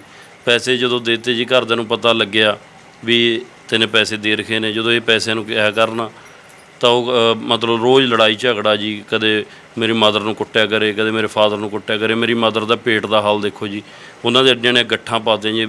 ਕੁੱਟਣਾ ਮੇਰੀ ਮਦਰ ਨੂੰ ਜੀ, ਜਾ ਕੇ ਐਡਮਿਟ ਹੋ ਜਾਣਾ ਵੀ ਮੈਨੂੰ ਕੁੱਟਿਆ ਜੀ ਉਹਨੇ। ਜੇ ਤੁਸੀਂ ਉਹਨੂੰ ਦੇਖ ਲਓ ਨਾਲੇ ਤੁਸੀਂ ਮੈਨੂੰ ਦੇਖ ਲਓ, ਬਹੁਤ ਫਰਕ ਹੈ ਜੀ ਜ਼ਮੀਨ ਆਸਮਾਨ ਦਾ। ਉਸ ਤੋਂ ਬਾਅਦ ਜੀ ਉਹਨੇ 2011 ਦੇ ਵਿੱਚ ਮੇਰੇ 'ਤੇ 498 ਦਾ ਪਰਚਾ ਕਰਾਤਾ ਜੀ, ਵੀ ਸਾਤੋਂ ਤੂੰ ਦਾਜ ਦਹੇਜ ਮੰਗਦਾ ਜੀ, ਸਾਡੀ ਕੁੱਟਮਾਰ ਕਰਦਾ। ਉਸ ਤੋਂ ਬਾਅਦ ਮੇਰੇ 'ਤੇ ਜੀ ਪਰਚਾ ਹੋ ਗਿਆ ਮੈਡਮ, ਮੇਰੇ ਮਦਰ 'ਤੇ, ਮੇਰੇ ਫਾਦਰ 'ਤੇ, ਮੇਰੇ ਸਿਸਟਰਾਂ 'ਤੇ, ਮੇਰੇ 'ਤੇ ਜੀ। ਉਸ ਤੋਂ ਬਾਅਦ ਇਨਕੁਆਰੀ ਵੀ ਲਵਾਈ ਜੀ। ਚਲੋ ਮੇਰੀਆਂ ਸਿਸਟਰਾਂ ਦਾ ਨਾਮ ਨਿਕਲ ਗਿਆ ਜੀ, ਸਾਡਾ 3 ਜਣਿਆਂ ਦਾ ਨਾਮ ਰਹਿ ਗਿਆ, ਮੇਰੇ ਫਾਦਰ ਦਾ, ਮੇਰੀ ਮਦਰ ਦਾ। ਤੇ ਉਸ ਤੋਂ ਬਾਅਦ ਜੀ ਇਹਨਾਂ ਦੀ ਜ਼ਮਾਨਤ ਹੋ ਗਈ ਮੈਡਮ ਸੰਗਰੂਰ ਤੋਂ ਜੀ। ਉਸ ਤੋਂ ਮੇਰੀ ਜ਼ਮਾਨਤ ਜੀ, ਉਹਨਾਂ ਨੇ ਜ਼ਮਾਨਤ ਰੋਕ ਲਈ ਮੈਡਮ। ਜ਼ਮਾਨਤ ਰੋਕੀ ਹੋਈ ਜੀ, ਮੈਂ 15-20 ਦਿਨ ਜੇਲ੍ਹ ਵੀ ਕੱਟ ਕੇ ਆਇਆ ਜੀ ਸੰਗਰੂਰ ਦੇ ਵਿੱਚ। ਉਸ ਤੋਂ ਬਾਅਦ ਜੀ ਫਿਰ ਸਾਡਾ ਕੇਸ ਚੱਲੀ ਗਿਆ ਜੀ 2020 ਦੇ ਵਿੱਚ। ਮੈਂ ਉਹਨੂੰ ਦੁਬਾਰਾ ਫੇਰ ਲੈ ਆਇਆ ਜੀ। ਫਿਰ ਮੈਂ ਡਿਵੋਰਸ ਦਾ ਕੇਸ ਪਾਇਆ ਹੋਇਆ ਸੀ। ਜਦੋਂ ਉਸ ਨੂੰ ਮੈਂ ਦੁਬਾਰਾ, ਸਾਡੇ ਰਿਸ਼ਤੇਦਾਰ ਵਿੱਚ ਪੈ ਗਏ, ਕੋਈ ਵਕੀਲ ਕਹਿਣ ਲੱਗੇ, ਜੱਜ ਕਹਿਣ ਲੱਗੇ। ਜਦੋਂ ਡਿਵੋਰਸ ਦੇ ਕੇਸ ਦੀ ਮਤਲਬ ਆਖਰੀ ਡੇਟਾਂ ਸੀ ਜੀ, ਉਸ ਤੋਂ ਬਾਅਦ ਉਹ ਮੇਰੇ ਪੈਰ ਫੜਨ ਲੱਗ ਗਈ ਵੀ ਮੇਰੇ ਬੱਚੇ ਰੁੱਲ ਜਾਣਗੇ, ਆਪਣਾ ਐ ਹੋ ਜਾਊਗਾ, ਵੀ ਤੂੰ ਕੋਈ ਗੱਲ ਨਹੀਂ, ਮੇਰੀ ਗਲਤੀ ਹੋ ਗਈ, ਮੈਂ ਦੁਬਾਰਾ ਇੱਕ ਵਾਰ ਤੇਰੇ ਨਾਲ ਰਹਿਣਾ ਚਾਹੁੰਦੀ ਹਾਂ। ਮੈਂ ਉਹਨੂੰ ਦੁਬਾਰਾ ਲੈ ਆਇਆ ਮੈਡਮ। ਜਦੋਂ ਦੁਬਾਰਾ ਲੈ ਆਇਆ ਜੀ, ਉਹਨੇ 2-3 ਆਈਡੀਆਂ, ਹਜੇ ਵੀ ਆਈਡੀਆਂ ਉਹ ਚੱਲ ਰਹੀਆਂ ਨੇ ਜੀ। ਫੇਕ ਆਈਡੀਜ਼ ਬਣਾਈ ਸੀ? ਹਾਂਜੀ, ਫੇਕ ਆਈਡੀਜ਼ ਬਣਾਈਆਂ ਹੋਈਆਂ ਨੇ ਜੀ। ਇੱਕ ਅੜਬ ਮਟਿਆਰ ਦੇ ਨਾਮ 'ਤੇ ਜੀ ਇੱਕ ਸ਼ਹਿਦਪ੍ਰੀਤ ਦੇ ਨਾਮ ਤੇ ਜੀ, ਇੱਕ ਮੀਨਾਕਸ਼ੀ ਸ਼ਰਮਾ ਦੇ ਨਾਮ ਤੇ ਜੀ ਬਹੁਤ ਆਈਡੀਆਂ ਬਣਾਈਆਂ ਹੋਈਆਂ ਸੀ ਮੈਡਮ। ਉਹਦੇ ਵਿੱਚ ਇਕੱਲੇ ਮੁੰਡੇ ਹੀ ਐਡ ਸੀ। ਮੈਂ ਉਹਨੂੰ ਕਹਿਣਾ ਸੀ ਵੀ ਆਹ ਮੁੰਡੇ ਇੰਨੇ ਐਡ ਨੇ ਵੀ ਆਪਾਂ ਕੋਈ ਜਾਣਦੇ ਨਹੀਂ ਹੈਗੇ ਵੀ ਤੂੰ ਇਹ ਕੀ ਕਰਦੀ ਹੈ, ਤਾਂ ਉਹ ਬਕਾਇਦਾ ਮੈਂ ਕਹਿਣਾ ਜੀ, ਬਕਾਇਦਾ ਮੇਰੇ ਨਾਲ ਲੜਨਾ ਭਿੜਨਾ ਸ਼ੁਰੂ ਕਰ ਲੈਣਾ ਜੀ ਉਸਨੇ। ਮਤਲਬ ਉਹਦਾ ਪਰਿਵਾਰ ਇਹ ਸਾਰਾ ਇਦਾਂ ਦੀ ਹੈ ਜੀ। ਉਹਦਾ ਬ੍ਰਦਰ ਹੈ, ਉਹਨੇ ਲਵ ਮੈਰਿਜ ਕਰਾਈ ਹੋਈ ਹੈ ਜੀ। ਉਹ ਵੀ ਸਾਰਾ ਕਰੈਕਟਰਲੈਸ ਨੇ ਜੀ ਸਾਰੇ ਬੰਦੇ। ਉਸ ਤੋਂ ਬਾਅਦ ਜੀ ਮੇਰੇ ਤੇ ਦੁਬਾਰਾ ਫੇਰ ਦਰਖਾਸਤ ਦੇ ਦਿੱਤੀ ਵੀ ਸਾਨੂੰ ਫੇਰ ਕੁੱਟਮਾਰ ਕਰਦਾ। ਮੈਡਮ ਮੈਨੇ ਜਿੱਥੇ ਮਰਜ਼ੀ ਮੇਰਾ ਨੇਮ ਕਰਾ ਲਓ, ਮੈਨੇ ਹੱਥ ਵੀ ਨਹੀਂ ਲਾਇਆ ਜੀ ਉਸ ਦੇ ਉੱਪਰ। ਉਸ ਤੋਂ ਬਾਅਦ ਜਦੋਂ ਕ੍ਰਾਸ ਪਰਚਾ ਕਰਵਾਤਾ ਜੀ ਸਾਡੇ ਤੇ, ਅਸੀਂ ਫੇਰ ਕਿਹਾ ਵੀ ਚਲੋ ਕੋਈ ਗੱਲ ਨਹੀਂ। ਮੇਰਾ ਫਾਦਰ ਮੇਰਾ ਰੋਣ ਲੱਗ ਗਿਆ ਵੀ ਮੇਰੇ ਬੱਚੇ ਰੁੱਲ ਜਾਣਗੇ, ਵੀ ਤੂੰ ਕਾਹਦੇ ਵਾਸਤੇ, ਤੂੰ ਚੁੱਪ ਕਰ ਜਾ। ਉਸ ਤੋਂ ਬਾਅਦ ਇਹ ਘਰੇ ਆ ਕੇ ਰਹਿਣ ਲੱਗ ਗਏ ਜੀ। ਉੱਪਰ ਮੇਰਾ ਚਵਾਰਾ ਬਣਿਆ ਹੋਇਆ ਮੈਡਮ। ਮੇਰੇ ਫਾਦਰ ਮਦਰ ਕਹਿੰਦੇ ਵੀ ਤੂੰ ਨੀਚੇ ਰਹਿ ਜਾ ਕਰ, ਵੀ ਕੋਈ ਗੱਲ ਨਹੀਂ, ਆਪਾਂ ਬੱਚੇ ਆਪਣੇ ਪੜ੍ਹਾਉਣੇ ਨੇ, ਵੀ ਤੂੰ ਕੋਈ ਗੱਲ ਨਹੀਂ, ਤੂੰ ਚੁੱਪ ਕਰ। ਮੈਂ ਜੀ ਬਹੁਤ ਟਾਈਮ ਚੁੱਪ ਕਰਦਾ ਰਿਹਾ ਜੀ ਮੈਡਮ। ਉਸ ਤੋਂ ਬਾਅਦ ਜੀ ਇਹ ਆਪੇ ਚਲੀ ਗਈ ਜੀ, ਇੱਕ ਦਰਖਾਸਤ ਦੇ ਗਈ ਜੀ ਭਵਾਨੀਗੜ੍ਹ ਥਾਣੇ ਦੇ ਵਿੱਚ ਵੀ ਮੈਨੂੰ ਕੁੱਟਮਾਰ ਕਰਦਾ, ਮੈਨੂੰ ਕੋਈ ਖਰਚਾ ਨਹੀਂ ਦਿੰਦਾ। ਉਸ ਤੋਂ ਬਾਅਦ ਆਪੇ ਚਲੀ ਗਈ। ਜਿੰਨਾ ਟਾਈਮ ਮੈਡਮ ਇਹ ਰਹੀ ਜੀ, ਇਹਦੇ ਮਦਰ ਨਾਲ ਰਹਿੰਦੀ ਰਹੀ ਹੈ ਜੀ, 3-4 ਮਹੀਨੇ ਰਹਿੰਦੀ ਰਹੀ ਹੈ ਜੀ। ਉਹ ਨਾਲ ਰਹਿੰਦੀ ਰਹੀ ਹੈ। ਮੇਰੇ ਬੇਟੇ ਦਾ ਬਰਥਡੇ ਸੀ ਜੀ 15 ਅਕਤੂਬਰ ਦਾ, ਇਹ 14 ਅਕਤੂਬਰ ਨੂੰ ਦੁਬਾਰਾ ਚਲੀ ਗਈ ਜੀ। ਦੁਬਾਰਾ ਇਹ ਮੈਡਮ ਨਾ ਇਹ ਆਈ ਹੈ ਜੀ, ਨਾ ਫੋਨ, ਨਾ ਕੋਈ ਗੱਲ, ਨਾ ਕੋਈ ਬਾਤ। ਉਸ ਤੋਂ ਬਾਅਦ ਮਤਲਬ ਇਹ ਮੁੰਡੇ ਦਾ ਜੀ ਫੋਨ ਆਇਆ ਮੈਡਮ, ਹੋ ਗਏ 3 ਮਹੀਨੇ ਜੀ। ਮਤਲਬ ਮੈਸੇਜ ਆਇਆ ਜੀ ਫੇਸਬੁੱਕ 'ਤੇ, ਮੈਨੂੰ ਕਹਿੰਦਾ ਜੀ ਮੈਂ ਵੀ ਮੀਨਾਕਸ਼ੀ ਦੇ ਹਸਬੈਂਡ। ਮੈਂ ਹਾਂਜੀ। ਕਹਿੰਦਾ ਜੀ ਮੈਂ ਤੁਹਾਡੇ ਨਾਲ ਗੱਲ ਕਰਨੀ, ਮੈਨੂੰ ਤੁਸੀਂ ਨੰਬਰ ਦਿਓ। ਮੈਂ ਆਪਦਾ ਨੰਬਰ ਦਿੱਤਾ ਮੈਡਮ। ਜਦੋਂ ਫੋਨ ਦਾ ਨੰਬਰ ਮੈਂ ਦਿੱਤਾ ਜੀ, ਅਤੇ ਇਹਦੇ ਨਾਲ ਮੇਰੀ ਗੱਲ ਹੋਈ। ਇਹ ਮੁੰਡਾ ਮੈਨੂੰ ਕਹਿੰਦਾ ਜੀ ਮੈਂ ਤੁਹਾਨੂੰ ਵੀਰ ਜੀ ਮਿਲਣਾ। ਮੈਂ ਇਹਨੂੰ ਆ ਕੇ ਮਿਲਿਆ ਜੀ। ਮਿਲ ਕੇ ਮੈਨੂੰ ਕਹਿੰਦਾ ਮੇਰੇ ਨਾਲ 2-3 ਸਾਲ ਲਗਾਤਾਰ ਰਹੀ ਹੈ, ਅਤੇ ਵੀ ਅਸੀਂ ਨੇ ਮੈਰਿਜ ਕਰਾਉਣੀ ਸੀ। ਵੀ ਉਸਨੇ ਦੱਸਿਆ ਤਾਂ ਹੈ ਨਹੀਂ ਵੀ ਉਹ ਐਂ ਕਰਕੇ ਗੱਲ ਸੀ। ਫਿਰ ਮੈਂ ਇਹ ਤੋਂ ਸਾਰੀ ਗੱਲ ਬਸ ਸੁਣੀ ਜੀ ਮੈਡਮ। ਉਸ ਤੋਂ ਬਾਅਦ ਪਤਾ ਲੱਗਿਆ ਹੁਣ ਉਹ ਫੀਮ ਦਾ ਕਾਰੋਬਾਰ ਕਰਦੀ ਹੈ ਜੀ, ਚਿੱਟਾ ਵੇਚ ਰਹੀ ਹੈ ਜੀ ਸ਼ਰੇਆਮ। ਜੋ ਤੁਹਾਡੇ ਨਾਲ ਰਹਿੰਦੀ ਸੀ ਉਦੋਂ ਤੁਹਾਨੂੰ ਇਸ ਦੀ ਭਣਕ ਨਹੀਂ ਲੱਗੀ? ਮੈਡਮ ਉਸਦੇ ਮਦਰ ਫਾਦਰ ਮਤਲਬ ਸਾਡੇ ਘਰੇ ਰਹਿੰਦੇ ਸੀ, ਮੈਨੂੰ ਉੱਪਰ ਜਾਣ ਹੀ ਨਹੀਂ ਦਿੰਦੇ ਸੀ ਮੈਡਮ। ਜਦੋਂ ਤੁਹਾਡੇ ਨਾਲ ਰਹਿ ਰਹੀ ਸੀ, ਜਦੋਂ ਉਹਨੇ ਜ਼ਿਕਰ ਕੀਤਾ ਕਿ ਫੇਕ ਆਈਡੀਜ਼ ਬਣਾਈਆਂ ਹੋਈਆਂ ਸੀਗੀਆਂ, ਬਹੁਤ ਸੇ ਮੁੰਡਿਆਂ ਨਾਲ ਗੱਲ ਹੁੰਦੀ ਸੀ, ਇਤਰਾਜ਼ ਨਹੀਂ ਜਤਾਇਆ ਤੁਸੀਂ? ਮੈਡਮ ਬਹੁਤ ਇਤਰਾਜ਼ ਜਤਾਇਆ ਜੀ। ਉਹਦੇ ਫਾਦਰ ਆ ਜਾਂਦੇ ਸੀ ਜੀ ਆ ਕੇ, ਬਲਕਿ ਮੈਨੂੰ ਇਹ ਉੱਪਰ ਦੀ ਕਹਿਣਾ ਵੀ ਤੂੰ ਗਲਤ ਹੈ, ਵੀ ਸਾਡੀ ਕੁੜੀ ਸਹੀ ਹੈ, ਵੀ ਤਾਂ ਜੀ ਕੋਈ ਗੱਲ ਨਹੀਂ ਬਣਾ ਲਈ, ਅਸੀਂ ਬੰਦ ਕਰਾ ਦਾਂਗੇ, ਅਸੀਂ ਐਂ ਕਰਾ ਦਾਂਗੇ। ਮਤਲਬ ਉਹ ਕਹਿ ਕੇ ਚਲੇ ਜਾਂਦੇ ਵੀ ਕੋਈ ਨਾ ਕੁੜੀ ਬੰਦ ਕਰ ਦੇ, ਮੁੜ ਕੇ ਉਹਨੇ ਜੀ ਫੇਰ ਚਲਾ ਲੈਣੀ। ਮੇਰੇ ਸਾਹਮਣੇ ਬੰਦ ਕਰ ਦੇਣੀ ਜੀ, ਦੁਬਾਰਾ ਫੇਰ ਚਲਾ ਲੈਣੀ। ਉਹਦਾ ਇੱਕ ਮੁੰਡੇ ਨਾਲ ਨਹੀਂ ਜੀ, ਘੱਟੋ ਘੱਟ ਪਹਿਲਾਂ ਵੀ ਮੈਨੂੰ ਕਾਫੀ ਵਾਰ ਫੋਨ ਆ ਗਏ। ਕੋਈ ਕਹਿਣਾ ਮੁੰਡੇ ਨੇ ਵੀ ਮੇਰੇ ਨਾਲ ਰਹਿੰਦੀ ਸੀ, ਮੈਂ ਵੀਰੇ ਮੇਰੇ ਨਾਲ ਇੰਨੇ ਪੈਸੇ ਖਾ ਗਈ। ਮੈਂ ਕਹਿੰਦਾ ਸੀ ਤੂੰ ਮੂਹਰੇ ਆ, ਤੂੰ ਦਰਖਾਸਤ ਦੇ। ਉਹ ਅਗਲਾ ਡਰਦਾ ਦਿੰਦਾ ਨਹੀਂ ਸੀ, ਉਹਨੂੰ ਧਮਕੀ ਦਿੰਦੀ ਸੀ ਵੀ ਜੇ ਤੂੰ ਦਰਖਾਸਤ ਦੇਂਗਾ ਮੈਂ ਰੇਪ ਦਾ ਪਰਚਾ ਕਰਾਉਂਗੀ। ਹਰੇਕ ਬੰਦੇ ਦਾ, ਉਹਦੇ ਇੱਕ ਨਹੀਂ ਜੀ, ਇਹ ਤਾਂ ਫਿਰ ਵੀ 1-2 ਨੇ। ਉਹਨੇ ਪਹਿਲਾਂ ਵੀ ਮਤਲਬ ਬਹੁਤ ਕੰਟੈਕਟ ਹੋਏ। ਮੈਂ ਪਿੱਛੇ ਹਟ ਜਾਂਦਾ ਸੀ ਵੀ ਯਾਰ ਮੈਂ ਕੀ ਕਹਾਂ ਮੈਡਮ, ਮੈਂ ਸ਼ਰਮ ਦਾ ਮਾਰਾ ਮੈਂ ਮੂਹਰੇ ਆਉਣਾ ਹੀ ਨਹੀਂ ਚਾਹੁੰਦਾ ਸੀ। ਮੈਂ ਅਗਲੇ ਨੂੰ ਕਹਿ ਦਿੰਦਾ ਸੀ ਵੀ ਤੂੰ ਕੋਈ ਗੱਲ ਨਹੀਂ, ਤੂੰ ਦਰਖਾਸਤ ਦੇ, ਕੋਈ ਗੱਲ ਨਹੀਂ। ਅਗਲਾ ਡਰ ਜਾਂਦਾ ਸੀ ਵੀ ਮੇਰੇ ਤੇ ਸਾਡੇ ਤੇ ਰੇਪ ਦਾ ਪਰਚਾ ਨਾ ਪਵਾ ਦੇਵੇ। ਉਹ ਕਰੈਕਟਰਲੈਸ ਸੀ ਜੀ ਸ਼ੁਰੂ ਤੋਂ ਹੀ। ਇਹ ਅੱਜ ਦੀ ਨਹੀਂ, ਜਦੋਂ ਦੀ ਮਤਲਬ ਮੇਰੇ ਨਾਲ 2006 ਤੋਂ ਵਿਆਹੀ ਹੈ, ਮੈਨੂੰ ਉਦਣ ਦਾ ਇੰਨਾ ਤੰਗ ਪਰੇਸ਼ਾਨ ਕਰ ਰੱਖਿਆ ਜੀ। ਮੇਰੇ ਤੇ ਇੰਨੇ ਪਰਚੇ, ਇੰਨੇ ਕੇਸ। ਕਦੇ ਮੈਂ ਮੈਡਮ ਹਾਈ ਕੋਰਟ ਜਾਂਦਾ ਜੀ, ਕਦੇ ਮੈਂ ਪਟਿਆਲੇ ਕੋਰਟ ਦੇ ਵਿੱਚ ਜਾਂਦਾ ਜੀ, ਕਦੇ ਮੈਂ ਸੰਗਰੂਰ ਕੋਰਟ ਦੇ ਵਿੱਚ ਜਾਂਦਾ ਜੀ। ਮੈਂ ਜੋ ਕਮਾਉਣਾ ਘੱਟ ਆ ਜੀ, ਉਸ ਤੋਂ ਵੱਧ ਮੈਂ ਵਕੀਲਾਂ ਨੂੰ ਦੇ ਰਿਹਾ। ਮੈਂ ਇੰਨਾ ਪਰੇਸ਼ਾਨ ਹੋਇਆ ਪਿਆ ਵੀ ਮੈਨੂੰ ਮੌਤ ਤੋਂ ਸਿਵਾ ਹੋਰ ਕੁਝ ਦਿਖ ਹੀ ਨਹੀਂ ਰਿਹਾ ਜੀ, ਵੀ ਮੈਂ ਕੀ ਕਰਾਂ। ਮੇਰੇ 3 ਬੱਚੇ ਨੇ ਜੀ, ਮੇਰੇ ਬੱਚਿਆਂ ਦਾ ਫਿਊਚਰ ਖਰਾਬ ਕਰਿਆ ਪਿਆ। ਉਸ ਤੋਂ ਬਾਅਦ ਉਹਨੇ ਮੁੰਡੇ ਨੇ ਦੱਸਿਆ ਵੀ ਉਹ ਨਸ਼ੇ ਦਾ ਸਮਗਲਰੀ ਕਰਦੀ ਹੈ। ਮੇਰੇ ਇੱਕ ਬੇਟੀ ਹੈ ਜੀ ਜਸਨੂਰ, ਇੱਕ ਤਹਿਜੀਬ, ਇੱਕ ਉਦੇਵੀਰ। ਜਿਹੜੀ ਜਸਨੂਰ ਬੇਟੀ ਹੈ ਉਹਨੂੰ ਕਹੂਗੀ ਪੁੱਤ, ਹੁਣੇ ਮੁੰਡੇ ਤੋਂ ਪਤਾ ਲੱਗਿਆ ਮੈਡਮ, ਪੁੱਤ ਮੈਂ ਮਤਲਬ ਜਿਹੜੇ ਚਿੱਟਾ ਲੈ ਕੇ ਆਈਆਂ ਉਹਦੀਆਂ ਉਹ ਬਣਾ ਕਾਗਜ਼ 'ਚ ਪਾ ਕੇ ਜੀ, ਬੱਚਿਆਂ ਤੋਂ ਕੰਮ ਕਰਵਾ ਰਹੀ ਹੈ ਜੀ ਸ਼ਰੇਆਮ। ਉਸ ਤੋਂ ਬਾਅਦ ਇੱਕ ਉਹਦਾ ਬॉयਫ੍ਰੈਂਡ ਸੀ ਜੀ ਮਹਿਲਾਂ ਕਲਾਂ ਦਾ। ਹੁਣ ਉਹ ਮੁੰਡਾ ਸਾਡੇ ਹੁਣ ਵੀ ਕੰਟੈਕਟ ਦੇ ਵਿੱਚ ਆ। ਉਹਦਾ ਅੱਖ ਦਾ ਆਪਰੇਸ਼ਨ ਸੀ। ਇੱਕ ਦਿਨ ਉਹਨੂੰ ਮਿਲਣ ਗਈ, ਮੇਰੀ ਬੇਟੀ ਛੋਟੀ ਨਾਲ ਗਈ ਹੈ ਜੀ, ਉਹਨੂੰ ਨਾਲ ਲੈ ਕੇ ਗਈ ਹੈ। ਉਹਨੂੰ ਕਹਿੰਦੀ ਹੈ ਵੀ ਪੁੱਤ ਉਹ ਅੰਕਲ ਨੂੰ ਰੋਟੀ ਫੜਾ ਕੇ ਆ। ਮੇਰੇ ਬੱਚਿਆਂ ਤੋਂ ਇਹੋ ਜਿਹਾ ਗਲਤ ਕੰਮ ਕਰਵਾ ਰਹੀ ਹੈ ਜੀ। ਹਜੇ 15 ਸਾਲ ਦੀ ਮੇਰੀ ਬੇਟੀ ਹੈ ਜੀ। ਮੈਂ ਇੰਨਾ ਪਰੇਸ਼ਾਨ ਹੋਇਆ ਪਿਆ ਮੈਡਮ, ਮੈਂ ਤੁਹਾਨੂੰ ਦੱਸ ਨਹੀਂ ਸਕਦਾ ਜੀ। ਇਸ ਤਰ੍ਹਾਂ ਦੇ ਹਾਲਾਤ ਹੋ ਜਾਣ, 3 ਬੱਚੇ ਵੀ ਹੋਣ, ਉਸ ਤੋਂ ਬਾਅਦ ਤੁਹਾਨੂੰ ਵੀ ਬੱਚਿਆਂ ਤੋਂ ਦੂਰ ਕੀਤਾ ਹੋਇਆ ਹੈ ਮੈਡਮ? ਬਹੁਤ ਜ਼ਿਆਦਾ ਜੀ। ਮੇਰੇ ਨਾਲ ਬੱਚਿਆਂ ਦਾ ਪਿਆਰ ਹੀ ਨਹੀਂ ਰਹਿਣ ਦਿੱਤਾ ਜੀ। ਬਾਪ ਦੇ ਦਿਲ ਤੇ ਕੀ ਬੀਤਦੀ ਇਸ ਵਕਤ? ਮੈਡਮ ਕੁਝ ਦੱਸ ਹੀ ਨਹੀਂ ਸਕਦਾ ਜੀ। ਮੈਂ ਮੌਤ ਤੋਂ ਸਿਵਾ ਕੁਝ ਨਹੀਂ ਦਿੰਦਾ ਜੀ, ਵੀ ਮੈਂ ਕੀ ਕਰਾਂ ਜੀ। ਹਰੇਕ ਬੰਦਾ ਮੈਨੂੰ ਕੋਈ ਨਾ ਕੋਈ ਆ ਕੇ ਕੁਐਸਚਨ ਹੀ ਕਰਦਾ ਜੀ। ਹੌਸਲਾ ਰੱਖੋ, ਹੌਸਲਾ ਰੱਖੋ। ਤਾਂ ਉਮੀਦ ਹੈ ਕਿ ਕਾਨੂੰਨ ਦੇ ਜ਼ਰੀਏ ਇਨਸਾਫ ਜ਼ਰੂਰ ਮਿਲੇਗਾ। ਤੇ ਜਿਸ ਤਰ੍ਹਾਂ 2 ਨੌਜਵਾਨ ਪੁੱਤਾਂ ਦਾ ਕਿਸ ਤਰ੍ਹਾਂ ਜ਼ਿੰਦਗੀ ਬਰਬਾਦ ਹੋ ਰਹੀ ਹੈ ਤੇ ਨਾਲ ਇਹਨਾਂ ਦੀ ਖਾਸ ਕਰਕੇ ਨਾਲ 3 ਬੱਚਿਆਂ ਦੀ ਵੀ, ਜਿਨ੍ਹਾਂ ਤੋਂ ਮਾਪਿਓ ਦੀ ਅੱਖਾਂ 'ਚ ਵੀ ਹੰਝੂ ਆ ਜਾਂਦੇ ਆ ਜਦੋਂ ਇਸ ਤਰ੍ਹਾਂ ਦੀ ਗੱਲ ਸੁਣਨ ਪੁੱਤ ਦੇ ਮੂੰਹੋਂ। ਪੁੱਤ ਕਹਿੰਦਾ ਕਿ ਮੈਨੂੰ ਮੌਤ ਹੀ ਦਿਸ ਰਹੀ ਹੈ। मैडम बहुत दुखी मन नाल बोल रहे हैं। इक्के बच्चा मेरा सारा परिवार तड़प रहा है। बस ये है, ये ठग्गां च फस गए, प्योर ठग टक्कर गए।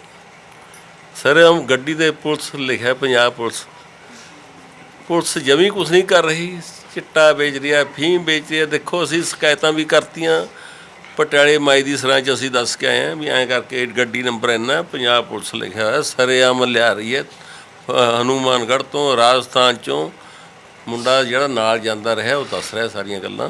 साडा तां अखां खुल गईयां भी हैं इन्ना सुर पाई असीं ना मर गए।